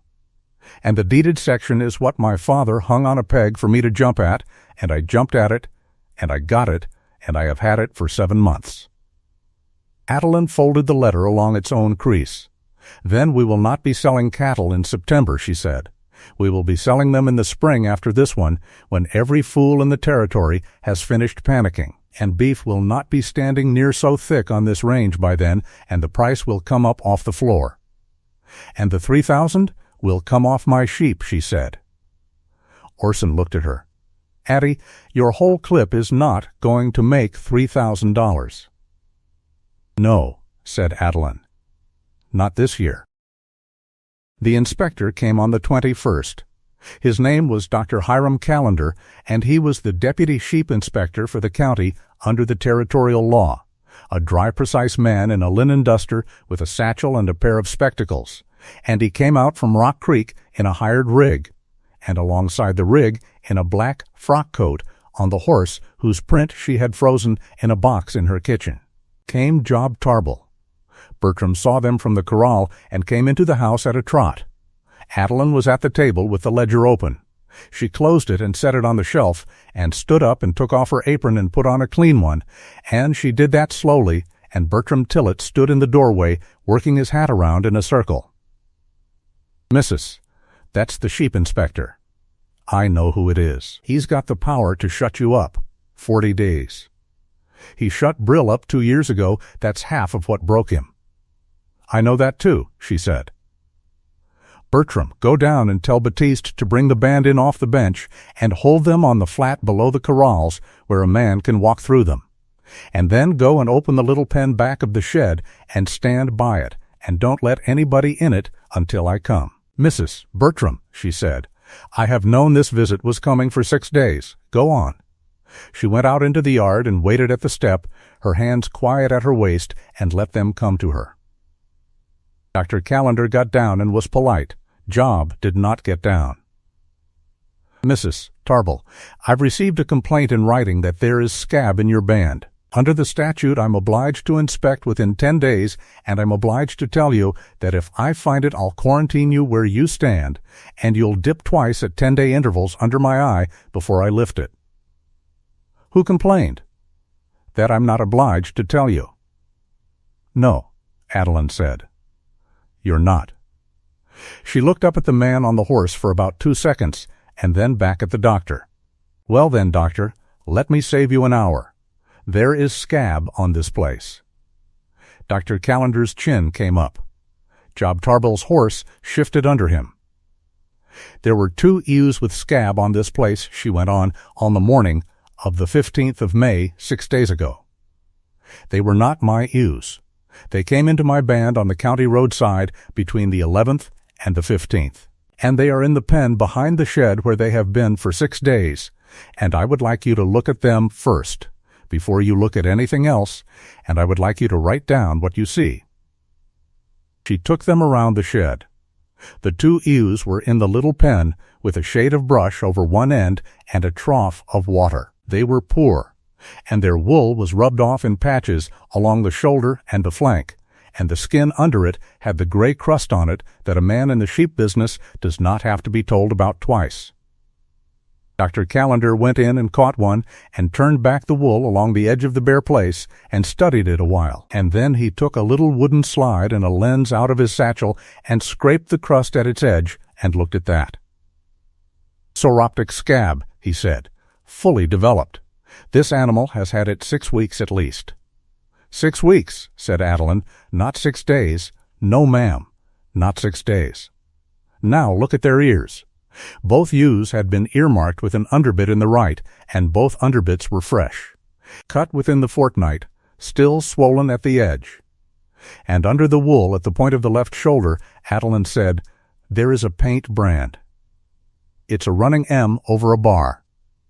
It is not my brand, and it is not any brand in this county. It is the brand of a Casper man named Jessup, who trailed 900 head of ewes through the Rock Creek country early in April and sold 4 bands of them, and was talked about in the store for a week because he was warned off by your own office in March for having scab in his outfit.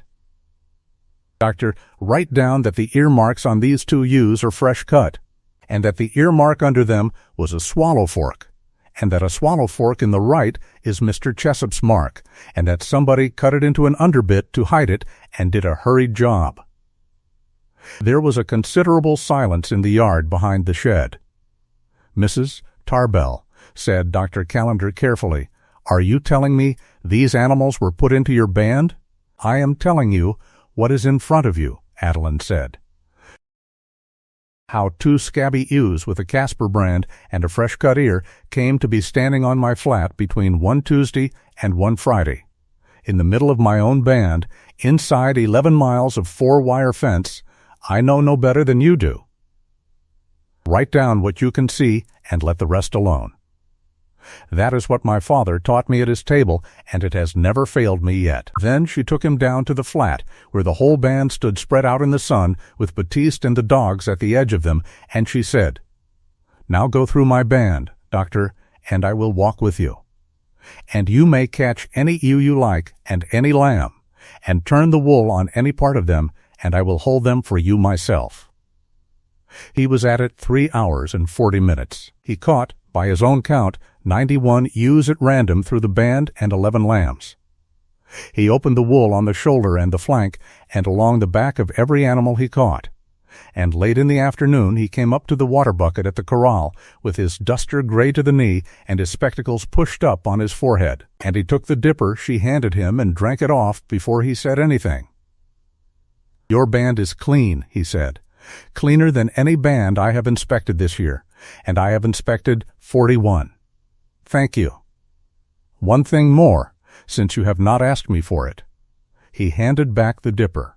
6 days ago, when you found those 2 ewes, you could have driven them out onto the road at night and let them be somebody else's business, and nobody in this world would have known. Every man in the county would have done it. Half of them have. "They'd have gone into Ledyard's band at the Water Gap in a week," Adeline said, "and Ledyard's boys rode 4 days for me in February in the rain and never sent me a bill." Dr. Callender wrote out his certificate on the tailgate of the wagon and signed it and gave it to her. And then he wrote a second paper which he did not give to her, and which he read aloud in the yard, in front of Bertram and Baptiste and Micah and Otho Kell, who had driven the hired rig and had been sitting in it the whole afternoon with his mouth open, and in front of Job Tarble, who had come round the end of the shed and had not left. It was an order under the territorial statute quarantining the 2 marked ewes in the pen behind the shed and directing that they be dipped, held, and inspected at the expense of the county, and requiring that a copy of his findings on the earmarks be forwarded to the office of the territorial veterinarian at Cheyenne, with a note that the animals appeared to have been introduced into a clean band by hand. "By hand," said Job Tarble. "That's my finding," said Dr. Callender, "and I've been at this 11 years, and I'll defend it at Cheyenne or anywhere else." Job Tarble got up on his horse and rode out of the yard and did not say goodbye to anybody. And it was the last time he came onto Cottonwood Creek for a year and a half. Adeline dipped the whole band anyway. She dipped it because Baptiste said that a band that has had scab within a mile of it is not a clean brand, it is a lucky one, and because she had not paid $840 for luck. They built the vat in 5 days, a trench 30, 2 feet long, 2 feet wide at the bottom, sunk in the clay by the springs, and puddled tight and lined with 2-inch plank, with a sloped entrance at one end and a dripping pen at the other floored with boards, so that every drop that ran off a wet sheep ran back into the vat. Orson laid the plank. Bertram dug. Baptiste swore in 3 languages about the grade of the drain and was right about all of it. Micah carried water for 4 days and was paid $1 and put it in a tobacco tin. They boiled the dip in the wash kettle and a borrowed kettle from Ledyard's. Lime and sulfur cooked 2 hours to a clear tea color, and they let the band into the vat at the rate of a ewe every 15 seconds for 11 hours, and Adeline stood at the middle of that trench with a forked pole for the whole 11 hours and pushed each sheep's head under once as it swam by. Because the mite lives in the ear and around the eye, and a sheep that goes through with its head dry has not been dipped, it has only been washed. Better than 600 head, one after another. By the last hour her arms had quit, and she was working the pole with her shoulders and hips, leaning on it, and Orson came and stood behind her and put his hands on the pole above hers without a word, and they did the last 100 head together. That night she could not lift a cup. Orson set it in front of her and put her hands around it and held them there until she had drunk some of it. 10 days, he said, and we do it again. 10 days, she said. They did it again on the 4th of June, and Dr. Callender came out on the 9th and looked at 11 ewes and put his name on a paper, and the paper said that the band on the Tarbell Place, in the county of Carbon, in the territory of Wyoming, was free of disease. She carried the certificate into the house and put it in the cigar box with her father's grating knife and Brill's note and the marriage lines from Judge Stowe's front room, which was the whole of her estate in the month of June, 1886. Farron's shearing crew was engaged for the 18th of June, 6 men and a tar boy at 6.5 cents a head, agreed in writing in February. On the 2nd of June, a letter came from Farron. It said that owing to circumstances, his crew would be unable to reach the Tarbell Place before the middle of July, and that he trusted this would not inconvenience her, and that he remained hers truly. Adeline sat with it a while. Wool must come off in June in that country. It must come off before the seed gets into it and before the hot weather brings the flies, and it must be sacked and hauled and loaded before the eastern buyers have finished their season and gone home to Boston with their money spent. Wool that goes east in September is wool that goes east begging. Who got to him? Orson said. It does not matter who got to him. It matters to me. It matters to you as a boil matters to you, Adeline said. It hurts, and it tells you nothing you can use. Orson, I have got 16 days and a whole band to shear and no crew, and if I spend 2 of those days writing to Rollins to find out which member of the association bought Mr. Farron a dinner, I will have 14 days and no crew, and the pleasure of being right about a thing I already know. She went out to the wagon where Batiste was mending a hurdle. Mr. Larre, she said, how many of your people are shearing in this country this month? Batiste Larre put down the hammer. In Rollins, he said, there is my cousin Estebe. He shear with the blade 30 years. He has 4 men. There is also my sister's boy, who is 19 and shear like a butcher, but he learn. He looked up at her. They shear for the big outfits at Rollins because the little outfits do not hire us. They say we are foreigners. What do the big outfits pay? 6 cents. Tell them 7.5, and their board and their tobacco and their fare on the train both ways, said Adeline, and tell them there is a wool table on this place, and every fleece will be handled by a grader, and no man will be blamed for a second cut in the sacking. And Mr. Larre, tell them the truth about who they are shearing for. Tell them it is a fat woman with a note she signed herself and a brother-in-law who cuts fences. If they come after hearing that, they will still be here in 10 years. They came on the 12th of June, 5 men and a boy, off the westbound at Rock Creek with their blades rolled in oiled cloth. Adeline had 11 days of work built and waiting for them. She had put up a shearing shed of poles and canvas 80 feet long with a plank floor. Because a fleece thrown onto dirt picks up dirt, and dirt is dockage, she had built catch pens along the back so no man ever had to walk more than 4 steps for the next ewe. She had built the wool table out of slats set an inch apart.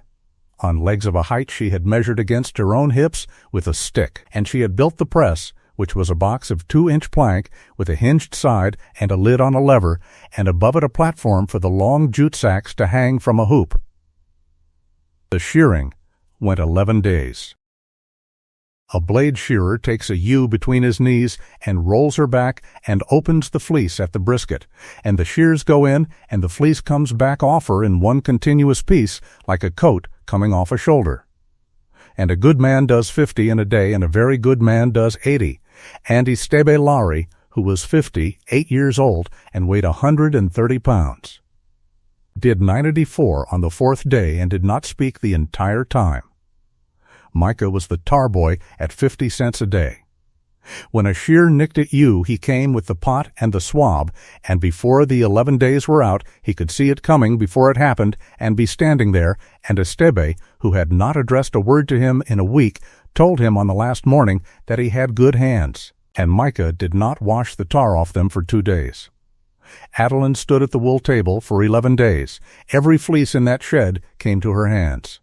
The wrangler boy carried it up with the cut side out and threw it flat on the slats, and it opened, and she skirted it, and the belly wool and the tags and the stained breech went into their own sacks, and she rolled it flesh out and tied it with paper twine and called the grade and sent it to the sack that the grade belonged in. Fine, fine, medium. Half blood.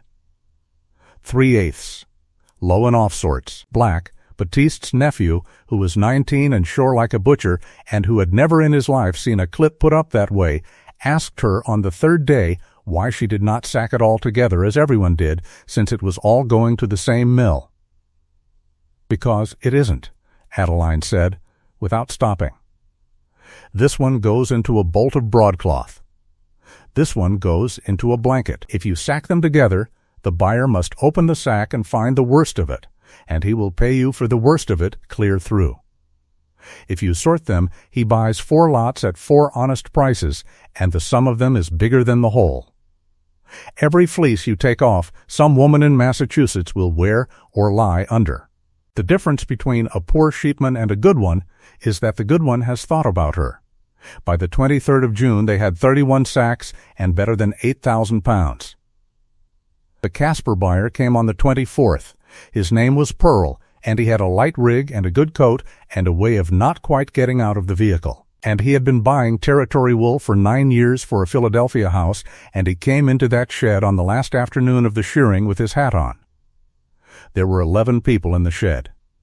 There were the 5 shearers and the nephew and Batiste. There was Bertram and Micah. There was Orson, who had come in at noon and had been trampling wool in the press for 4 hours in his shirt sleeves. And there was Otho Kell, who had driven out with the mail and had stayed, as men had begun to do that summer, to see how it was coming on. Pearl walked down the line of sacks and slapped 2 of them and pulled a lock out of the mouth of the open one and dropped it on the floor. 14 cents, he said. Grease on the Rock Creek platform, and I'll pay the freight to Rollins. Adeline did not look up from the table. "No," she said. "14's the price in this county. 14 is the price you have paid in this county to men who tie with binder twine and pack their tags in the middle," Adeline said. "This clip is skirted, graded to 5 sorts, and tied with paper. Mr.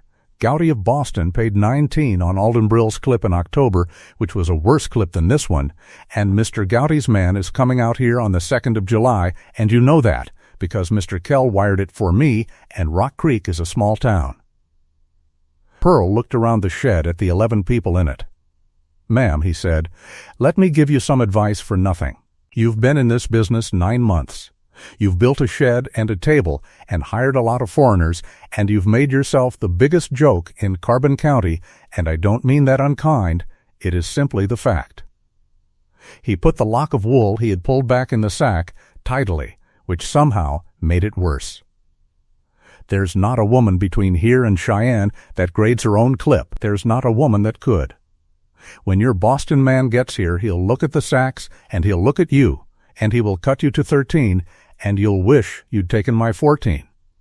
It is nothing personal. But you are not what a buyer expects to find standing at a wool table." The shed was quiet. Somewhere out in the pens a ewe called for a lamb. Orson Tarble came down off the press. He came down slowly, and he came around the head of the table, and he was in his shirt sleeves with the wool grease on his forearms to the elbow, and his hair stuck to his forehead. And he stopped before the Casper buyer, and every man in that shed got ready. He did not raise his hand. "Mr. Pearl," he said, "you're a guest on this place, and I'll not touch you. But you'll hear me out, and then you'll get in your rig." He turned around so that he was speaking to the whole shed, which he had not planned, and which he told her afterward he had been unable to help. "That woman came off the train last September to a man who did not want her, that his own brother had sent for as a joke, and every soul in this county laughed, and I stood at the far end of the platform and let them. That is mine to carry, and I will carry it. She had $31.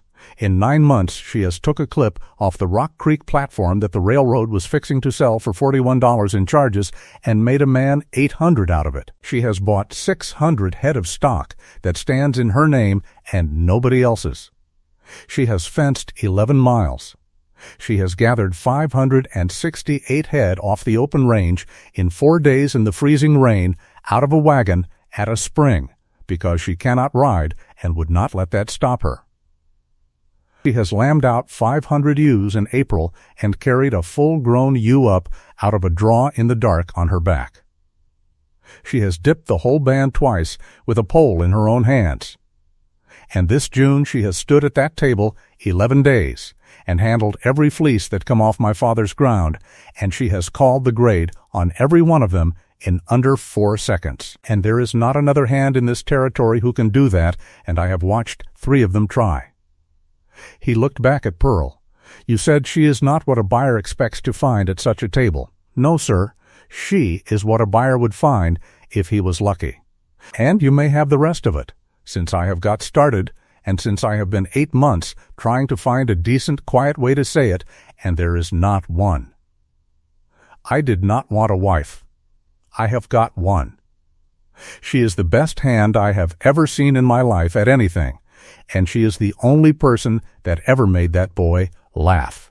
And she is my wife. And any man in this valley that has spent a winter making jokes about the size of her can come out here and say it to me in the yard one at a time, and I will be at home. Nobody in the shed moved. Adeline Tarble stood at the wool table with a fleece half open under her hands. She did not say anything. She could not, at that moment, have said anything at all, and she had the sense. Standing there with 11 people looking at her, to know that any word she put on it would be a smaller thing than what had just been put on her, so she did the only thing she had left, which was to look at her husband across 10 feet of shed floor for about 3 seconds. Then she went back to the fleece. Fine medium, she said.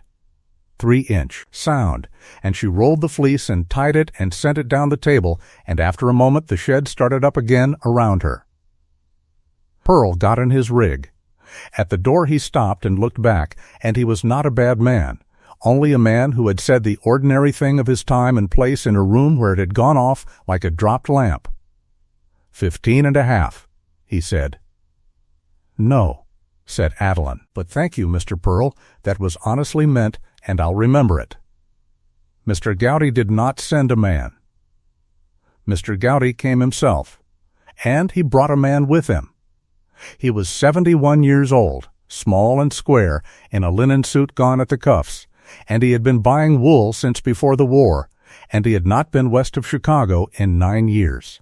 He got out of the hired rig at the Tarbell Corral on that 2nd day of July and stood looking at the shed and the table and the press and the 31 sacks standing in the shade with their tops sewed, and he took off his hat and wiped his head. You built the table too high, he said. I built it to my hips, said Adeline. Your father built his too high as well. He was a tall man, and he never once in his life considered that anybody else would work at it. Gowdy put his hat back on. Well, Ezra's girl, let's see what you've done. The man he had brought was named Croft, and was 34, and was being trained to take over the territory buying, and he was polite to her in the manner of a young man being polite to somebody's aunt. They cut the stitching on the first sack. For the next 2 hours, Mr. Elbridge Gowdy went through that clip as a doctor goes through a body. He pulled locks from the middle of sacks with a long iron hook. He held them up in the doorlight and pulled the staple straight and snapped it against his ear to hear it. He rubbed the grease between his fingers and smelled it. He weighed a fleece in one hand and looked at nothing. After 2 hours, he sat down on a nail keg. Croft, he said. Come here. The young man came. Grade that. Croft took the lock and turned it and looked at it. Half-blood, sir, 2.5. It is fine medium, and it is 3 inches, and it has been off the sheep 11 days, said Gowdy. Mrs. Tarble, grade this one. She took it without looking up from the sack she was sewing. 3/8, 2 1/4, and it's off a yearling, and it was shorn on the 10th or the 11th because there's a hand's breadth of new growth at the butt that wasn't there in the sacks we opened first. Gowdy sat on his keg and laughed until he had to take his spectacles off. 21 cents on the fine, he said. 20 on the fine medium. 19 on the half-blood, 17 on the 3/8, 13 on the low, 11 on the black. And I'll take your tags and your bellies at 11 and 12, and I'll pay the freight from Rock Creek, and Croft will weigh it tomorrow, and I shan't send a man out to check the weights. Now feed me. I have eaten nothing since Laramie but a pie that ought to be against the law. The clip weighed 8,406 pounds in the sorted fleece, and 1,160 in tags and bellies, and it made $1,781.60. Adeline Tarbell walked out of the shed with the draft in her apron pocket and got as far as the corral fence before she had to stop and hold on to the post. At supper Mr. Gowdy talked, and the whole household sat and let him. He talked about the tariff and about the mills at Lawrence, and about a man in Ohio who had cheated him in '69 and whom he had outlived with great satisfaction. He asked Micah 11 questions about the tar pot and listened to all 11 answers.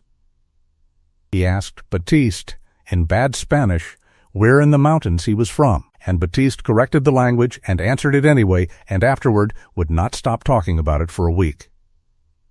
Then, over the last of the pie, he put down his fork. "Now, Mrs. Tarbell," he said, "business, and then I shall go to bed. I have bought wool in this territory for 11 years through agents, and the agents are honest enough, and they know nothing whatever. They buy a clip in the sack. They pay one price for the sack, and they guess at the price, and they guess low to protect themselves, and the man who raised it gets robbed and knows he has been robbed and cannot say where, and so he raises worse wool the next year because he has learned that it does not pay to raise good. That is how a country goes down. I have watched 3 of them go down. I want a buyer in the Rock Creek country who can grade at the table. I will pay half a cent a pound commission on everything you buy for me, and I will fix the grades and the prices by wire every fortnight, and you will buy in my name and draw on my Cheyenne account. And I will contract now for your own clip for 2 years at the grade prices I have paid you today, less a cent for the risk, and I will advance you $2,000 against it this week." Nobody at the table said anything. "Why?" said Adeline. "Because I am 71, said Mr. Gowdy, "and because your father was the best grader who ever stood at a table in the state of Ohio, and I let him be ruined by a man I could have warned him about in one sentence, and I have thought about that sentence for 8 years. Do not thank me. It is not a kindness. It is an investment, and if you are bad at it, I will drop you in a year and go to Rollins." Adeline sat looking at the table. "Mr. Gowdy," she said, "there is something you had better know before you write my name in your book. There is not a cattleman in this county who will sell his wool through the fat woman on Cottonwood Creek. Half of them have never had wool. The other half would sooner take 14 cents from a man in a good coat. How many small bands are there in this county? 19, of under 2,000 head. Most of them run by men the association has been squeezing for 4 years. And how many of them will still be here in 2 years? If beef breaks, as I think it will break, said Adeline slowly, all 19. And 40 more, besides. Elbridge Gowdy picked up his fork again. Then you have answered your own objection, he said. The cattlemen will not sell wool through you this year. Next year they will not be cattlemen. Beef broke that summer as an ice jam breaks, which is to say slowly and then all at once, and with everybody standing on it. There had been 2 years of warning. The English companies had quit buying. The range from the Platte to the Sweetwater was carrying half again what any honest man would put on it. The lease cattle out of the Indian Territory had come onto the market the autumn before and had never been absorbed, and the packers at Chicago had found that they could sit still and let the grass do their bargaining for them. In July, the Rock Creek store had a Chicago quotation tacked by the door, and men stood in front of it in the mornings. In August, the association's pool shipment of 1,100 head of 3-year-old steers, gathered from 9 outfits and put through the pens at Rock Creek over 4 days with considerable ceremony, netted after freight and commission and shrinkage $11.90 a head. Colonel Horace Strode read the account of sales aloud in the hall to 31 members and then sat down and said nothing more through the rest of that meeting. By September, a man in Carbon County could not sell a cow at any price that had a number on it that he could take to a bank, not because there were no buyers, but because every buyer knew that the man across the table had a note coming due, and a buyer who knows that does not need to bid. And the banks began to write letters. Winfield Levering wrote 40, one of them, out of the Rock Creek Bank between the 1st of August and the 20th of September, all in the same courteous hand, all requesting a reduction. And before that month was out there were outfits on Muddy Creek that had been in the country since '74 sending their wives to Rollins to see about a boarding house. The Tarble letter had come first, in May, because Job had told Levering in April that his brother was in over his head and that the bank should look to itself. That was a thing they learned much later, and it did not surprise anybody. On the 28th of September, Adeline Tarble drove into Rock Creek with Bertram and went into the bank and asked for the cashier. She put a draft on the table. $3,000, she said, against my husband's note. Take the interest out of it first and apply the rest to the principal, and I will have a receipt. And I want it in this form, received of Adeline Tarble in her own right.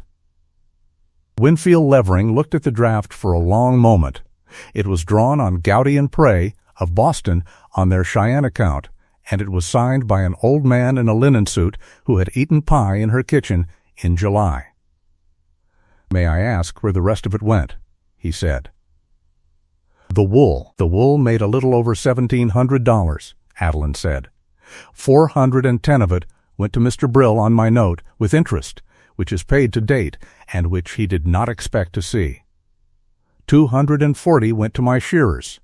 981 to Mr. Lowry in back wages that were owed him by another man and that I paid because he stayed. The rest is in the house in a tin box, because I do not at present care to keep money in a bank in this county, and Mr. Levering, I would be obliged if you would not take that personally, since you know as well as I do that the Ledyard paper and the Slaymaker paper and 11 others in your drawer are not worth the ink. Levering took off his spectacles. You are the 11th person to come in here since August, he said, and the first one with money. I know it. May I ask you something, and I shall not use the answer against you. He set the spectacles down. Do you intend to buy notes? I intend to buy wool, said Adeline. But you and I both know, Mr. Levering, that this winter there will be men in this county that cannot pay you and cannot pay their hands and cannot get $12 for a cow. And in June, every man of them will have a crop standing on the backs of whatever sheep they have got sense enough to buy between now and then. So, I am going to make you a proposition, and you will want to sit with it a week. The proposition she left on Winfield Levering's desk that afternoon was 3 pages long, in her own small hand, and there was not a word in it about revenge, which was the only thing anybody in Rock Creek would have expected to find. It said this: the bank held cattle paper on 19 small outfits that could not pay and would not be able to pay come spring, and if the bank foreclosed on them, it would own 19 outfits worth of cattle in a year when a cow could not be sold, and it would go under with the rest. She proposed instead that the bank leave the cattle notes standing where they were, without interest for 18 months, and lend each man who wanted it a further sum, small, at the same rate, for one purpose only, to buy ewes. She would buy the ewes. There were bands to be had that autumn in Utah and in the Oregon country at $1.50 and less, because everybody's grass had run out at once, and there were men in 4 territories in the same fix, and there were bands to be had nearer home from outfits that were quitting. She would buy them by the thousand, and she would take a commission of 10 cents a head and not a penny more, and she would put it in writing. The wool off every one of those bands would be contracted to Gowdy and Prey for 2 years at the fixed grade prices, and the proceeds of every clip would be paid to the bank first, against the new note and then against the old one, before any of it reached the man who raised it. And she would grade every fleece of it herself at a table she would build in town. And she would take her half-cent commission from Boston and not from the growers, so that no man in the county need ever wonder whose side of the table she was standing on. "You'll want a warehouse," Levering said, on the 11th day when he had finished sitting with it. "I'll want a warehouse," Adeline agreed. "There's the old freight barn behind the depot. It has a good roof and a bad floor, and the railroad would rather have $11 a month for it than nothing. And if the price of wool breaks too, then we will all be poor together," she said, "and we will all still be here. Because a sheep gives you a crop every June whether you are poor or not, and a cow gives you nothing at all until the day you sell her. And on that day you find out what 40 other men are doing. Mr. Levering, I am not offering you a fortune. I am offering you 19 customers in 18 months instead of 19 lawsuits." He signed it on the 22nd of October. They came in November, 1 and 2 at a time, and they came to the house.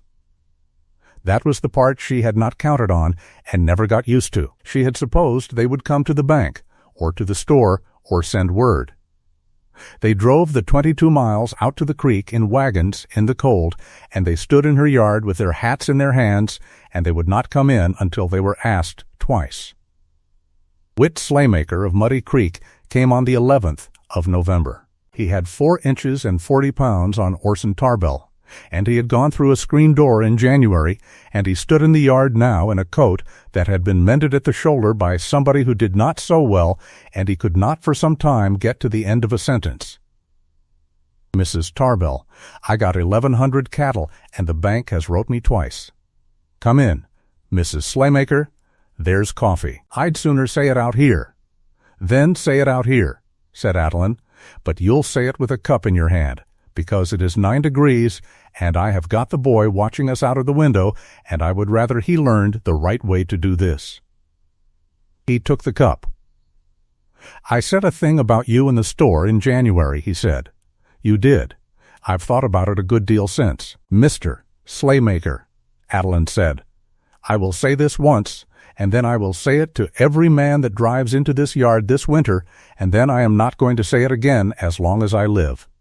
I have been laughed at my whole life. It did not start in this county, and it will not end here.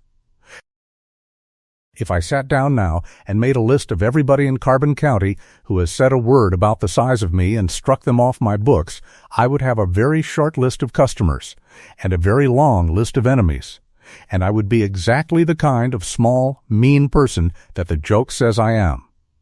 I will not do that. I will buy your ewes at 10 cents a head commission, the same as every man, and I will grade your wool honest, the same as every man, and if you have got a good clip, I will say so. And if you have got a poor one, you will hear why, and in 5 years you will have forgot that you ever said it, and I will not have. That is the arrangement. It is not forgiveness. Exactly, I have not got that much religion. It is just that I have too much work to do." Whit Slaymaker looked into his cup. "That's worse than if you'd cussed me," he said. "I expect it is," said Adeline. "Drink your coffee. How many acres have you got that a cow won't graze?" She bought 4,200 head of ewes that autumn and winter in 9 lots out of Utah and out of the Bear River country and out of 2 Wyoming outfits that were quitting the business. She never saw most of them.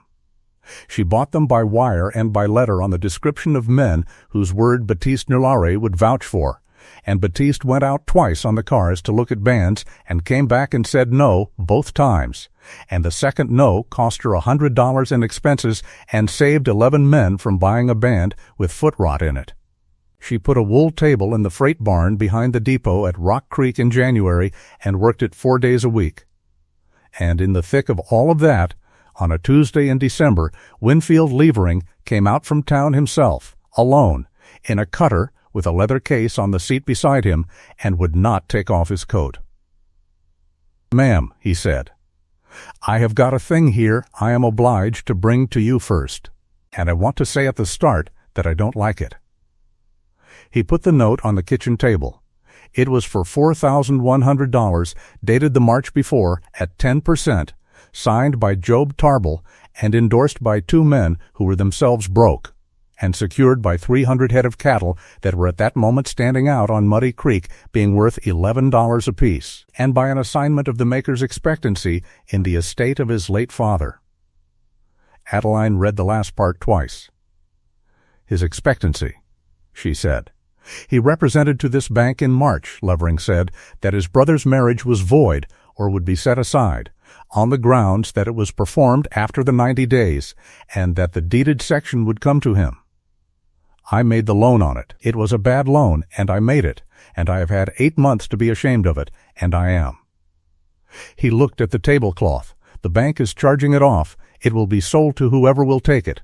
I have come to you first because you have got money, and because, ma'am, if it goes to the Casper crowd, they will have him sold out and off the place inside of 6 weeks. And he will be a hired man at $40 a month at the age of 44, and Mrs. Tarble, whatever he has done to you, he is your husband's brother, and I had rather you had the deciding of it. Adeline sat over the note for some while. Then she got up and went to the shelf and got down the cigar box, and out of it she took a folded paper, and she put it on the table beside the note.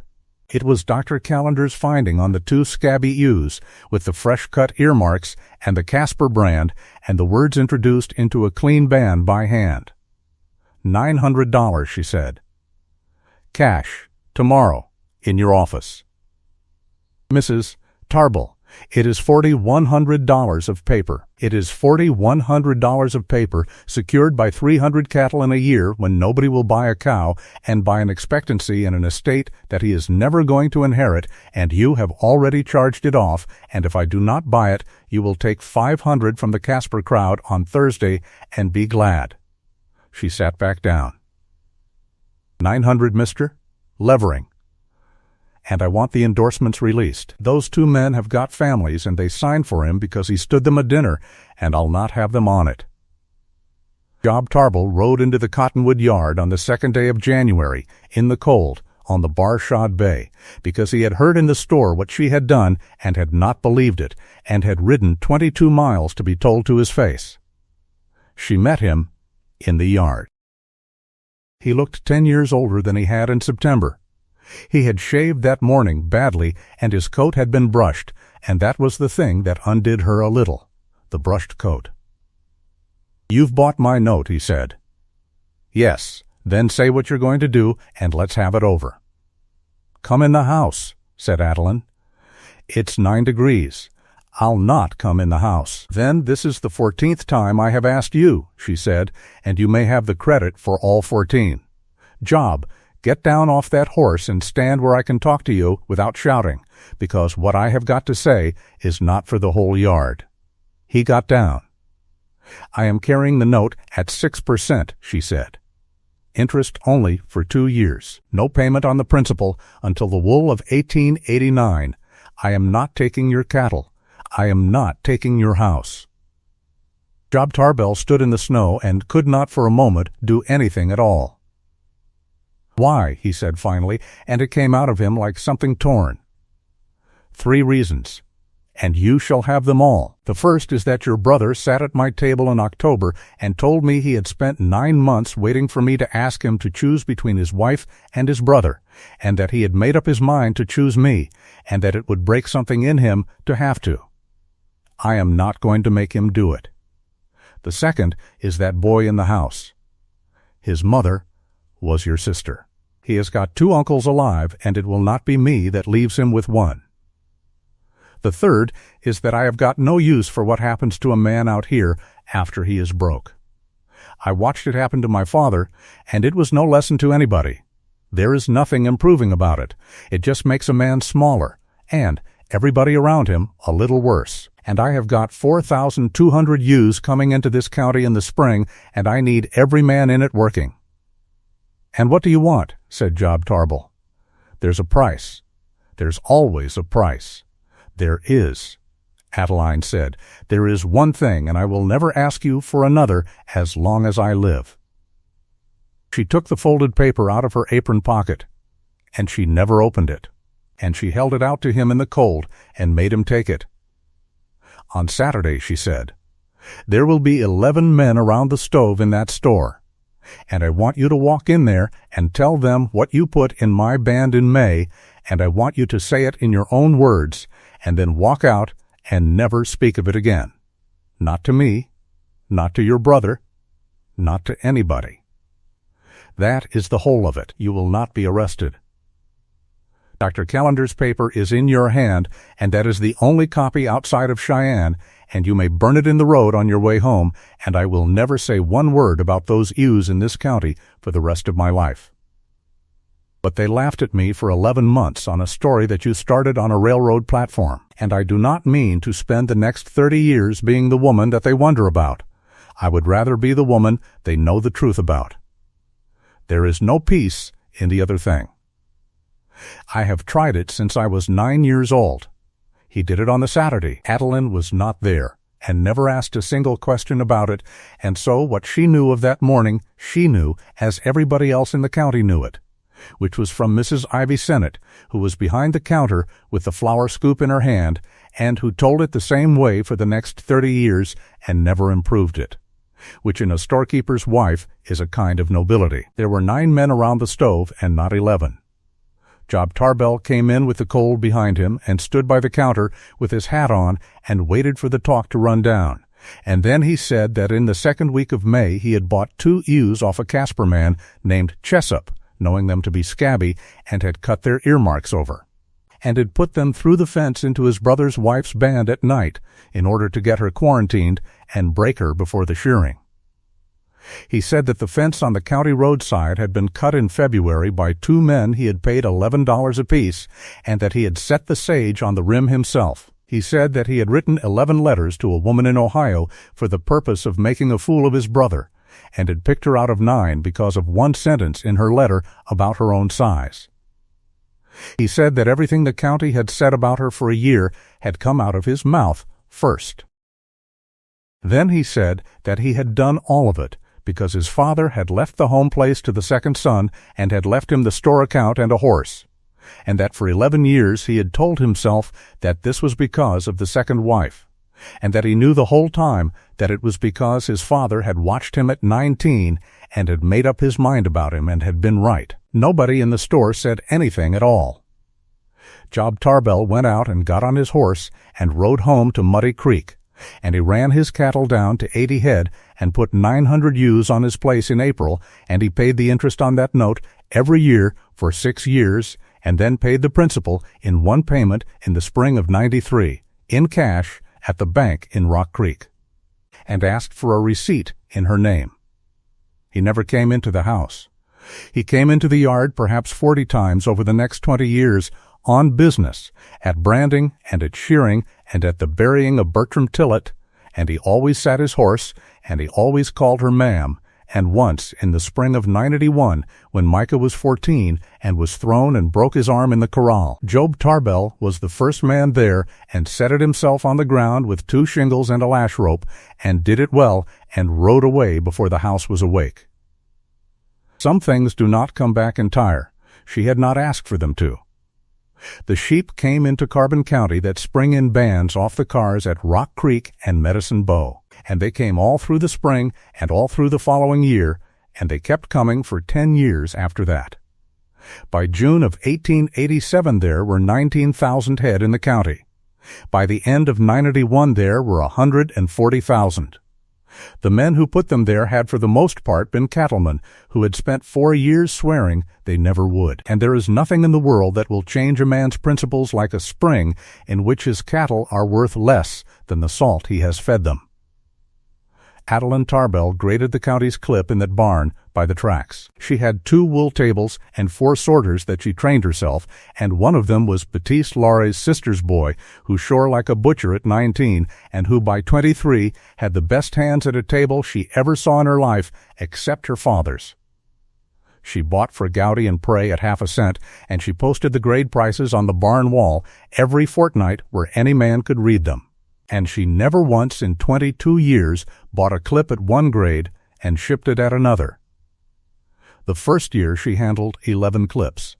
The fourth year she handled 91 and 180,000 pounds, and Elbridge Gowdy came out again in July at 75 and sat on a nail keg in the freight barn all afternoon and watched her work and did not offer one word of advice, and went home to Boston and died the following winter, and left her in his will the iron will hook he had used for 51 years and a letter of 2 lines which she did not show to anybody, ever, including her husband. Cottonwood Creek ran 4,000 head of its own by 982 and shipped feeder lambs east every October. Alden Brill came back into the country in the autumn of '87 with his wife from Rollins, and Adeline hired him to run the Cottonwood bands at $100 a month and a share of the increase, and he worked for her for 19 years. And at his funeral in 1906, she stood up in a church at Rock Creek at 47 years old, and said that she had bought a band of ewes off a ruined man on a porch step in 1885, and that everything she owned in the world had begun in that 10 minutes, and that she had never been able to decide in 21 years which of them had been rescued. They were married again in June of 1887. They did it in the meadow below the house on the 11th, on a Saturday, between the shearing and the haying, because those were the only 9 days in the year when nobody had anything urgent to do. Judge Aurelia Stowe drove out and performed it, and would not take a fee, and ate 4 pieces of pie. There were 110 people, which was more people than had ever been on that place at one time, and they came from the Sweetwater and beyond, and the association's own hall in town was closed that day because everybody in it was standing in the Tarbell meadow. She wore the navy blue wool she had made for the association dance, let out at the waist and at the shoulder, because she was not going to buy a new dress for a man that had already seen her carry a ewe. There was a ring this time. It had been ordered in November from a house in Chicago and had been in the tobacco tin in the shop for 7 months, and it would not fit and had to be worn on the little finger for a fortnight until it was sized, and Orson Tarbell apologized for that out loud to the judge in front of 110 people, rather than let it pass unremarked, which by then everybody in the county understood to be how he was made. Micah Tarbell was 10 years old and carried the ring on a saucer, and had a great deal to say about the responsibility afterward. In September of that year they went into Rollins to the district court, the 3 of them, and came out in the late afternoon with a paper, and the paper said that Tobias Tarbell, minor, was the lawful son and heir of Orson and Adeline Tarbell of Carbon County. He was 11 that November. He kept the paper in that cigar box with the marriage lines and the inspector certificate and Brill's note and Gowdy's wool hook, and he was still keeping it in 1941, at 65 years old, in a bank at Cheyenne, and it is there yet. Strode came out in April of '88. He was 63, and he had lost $11,000 and his English saddle horse and most of his hair, and he had sold 600 acres to pay the association's assessments, and he sat in her kitchen and ate her pie and did not admire the room. They voted Tuesday, he said. The deadline is struck. There is no line along that rim any more, and there never will be again. And it was carried 31-4, and 2 of the 4 were not sure what they were voting on. I'm glad of it. Mrs. Tarbell, we are dissolving the Sweetwater Stock Association and forming a growers' association that takes in sheep, and there was a motion made on Tuesday, and it was carried by acclamation, and I have been sent out here to put it to you. And I will tell you honestly that 11 of the men who voted for it are the same men who stood in a hall 2 years ago and never said a word while your husband's brother made his joke. What's the motion? That you take the chair of it. Adeline Tarbell sat for a while with her hands folded on the table. No, she said.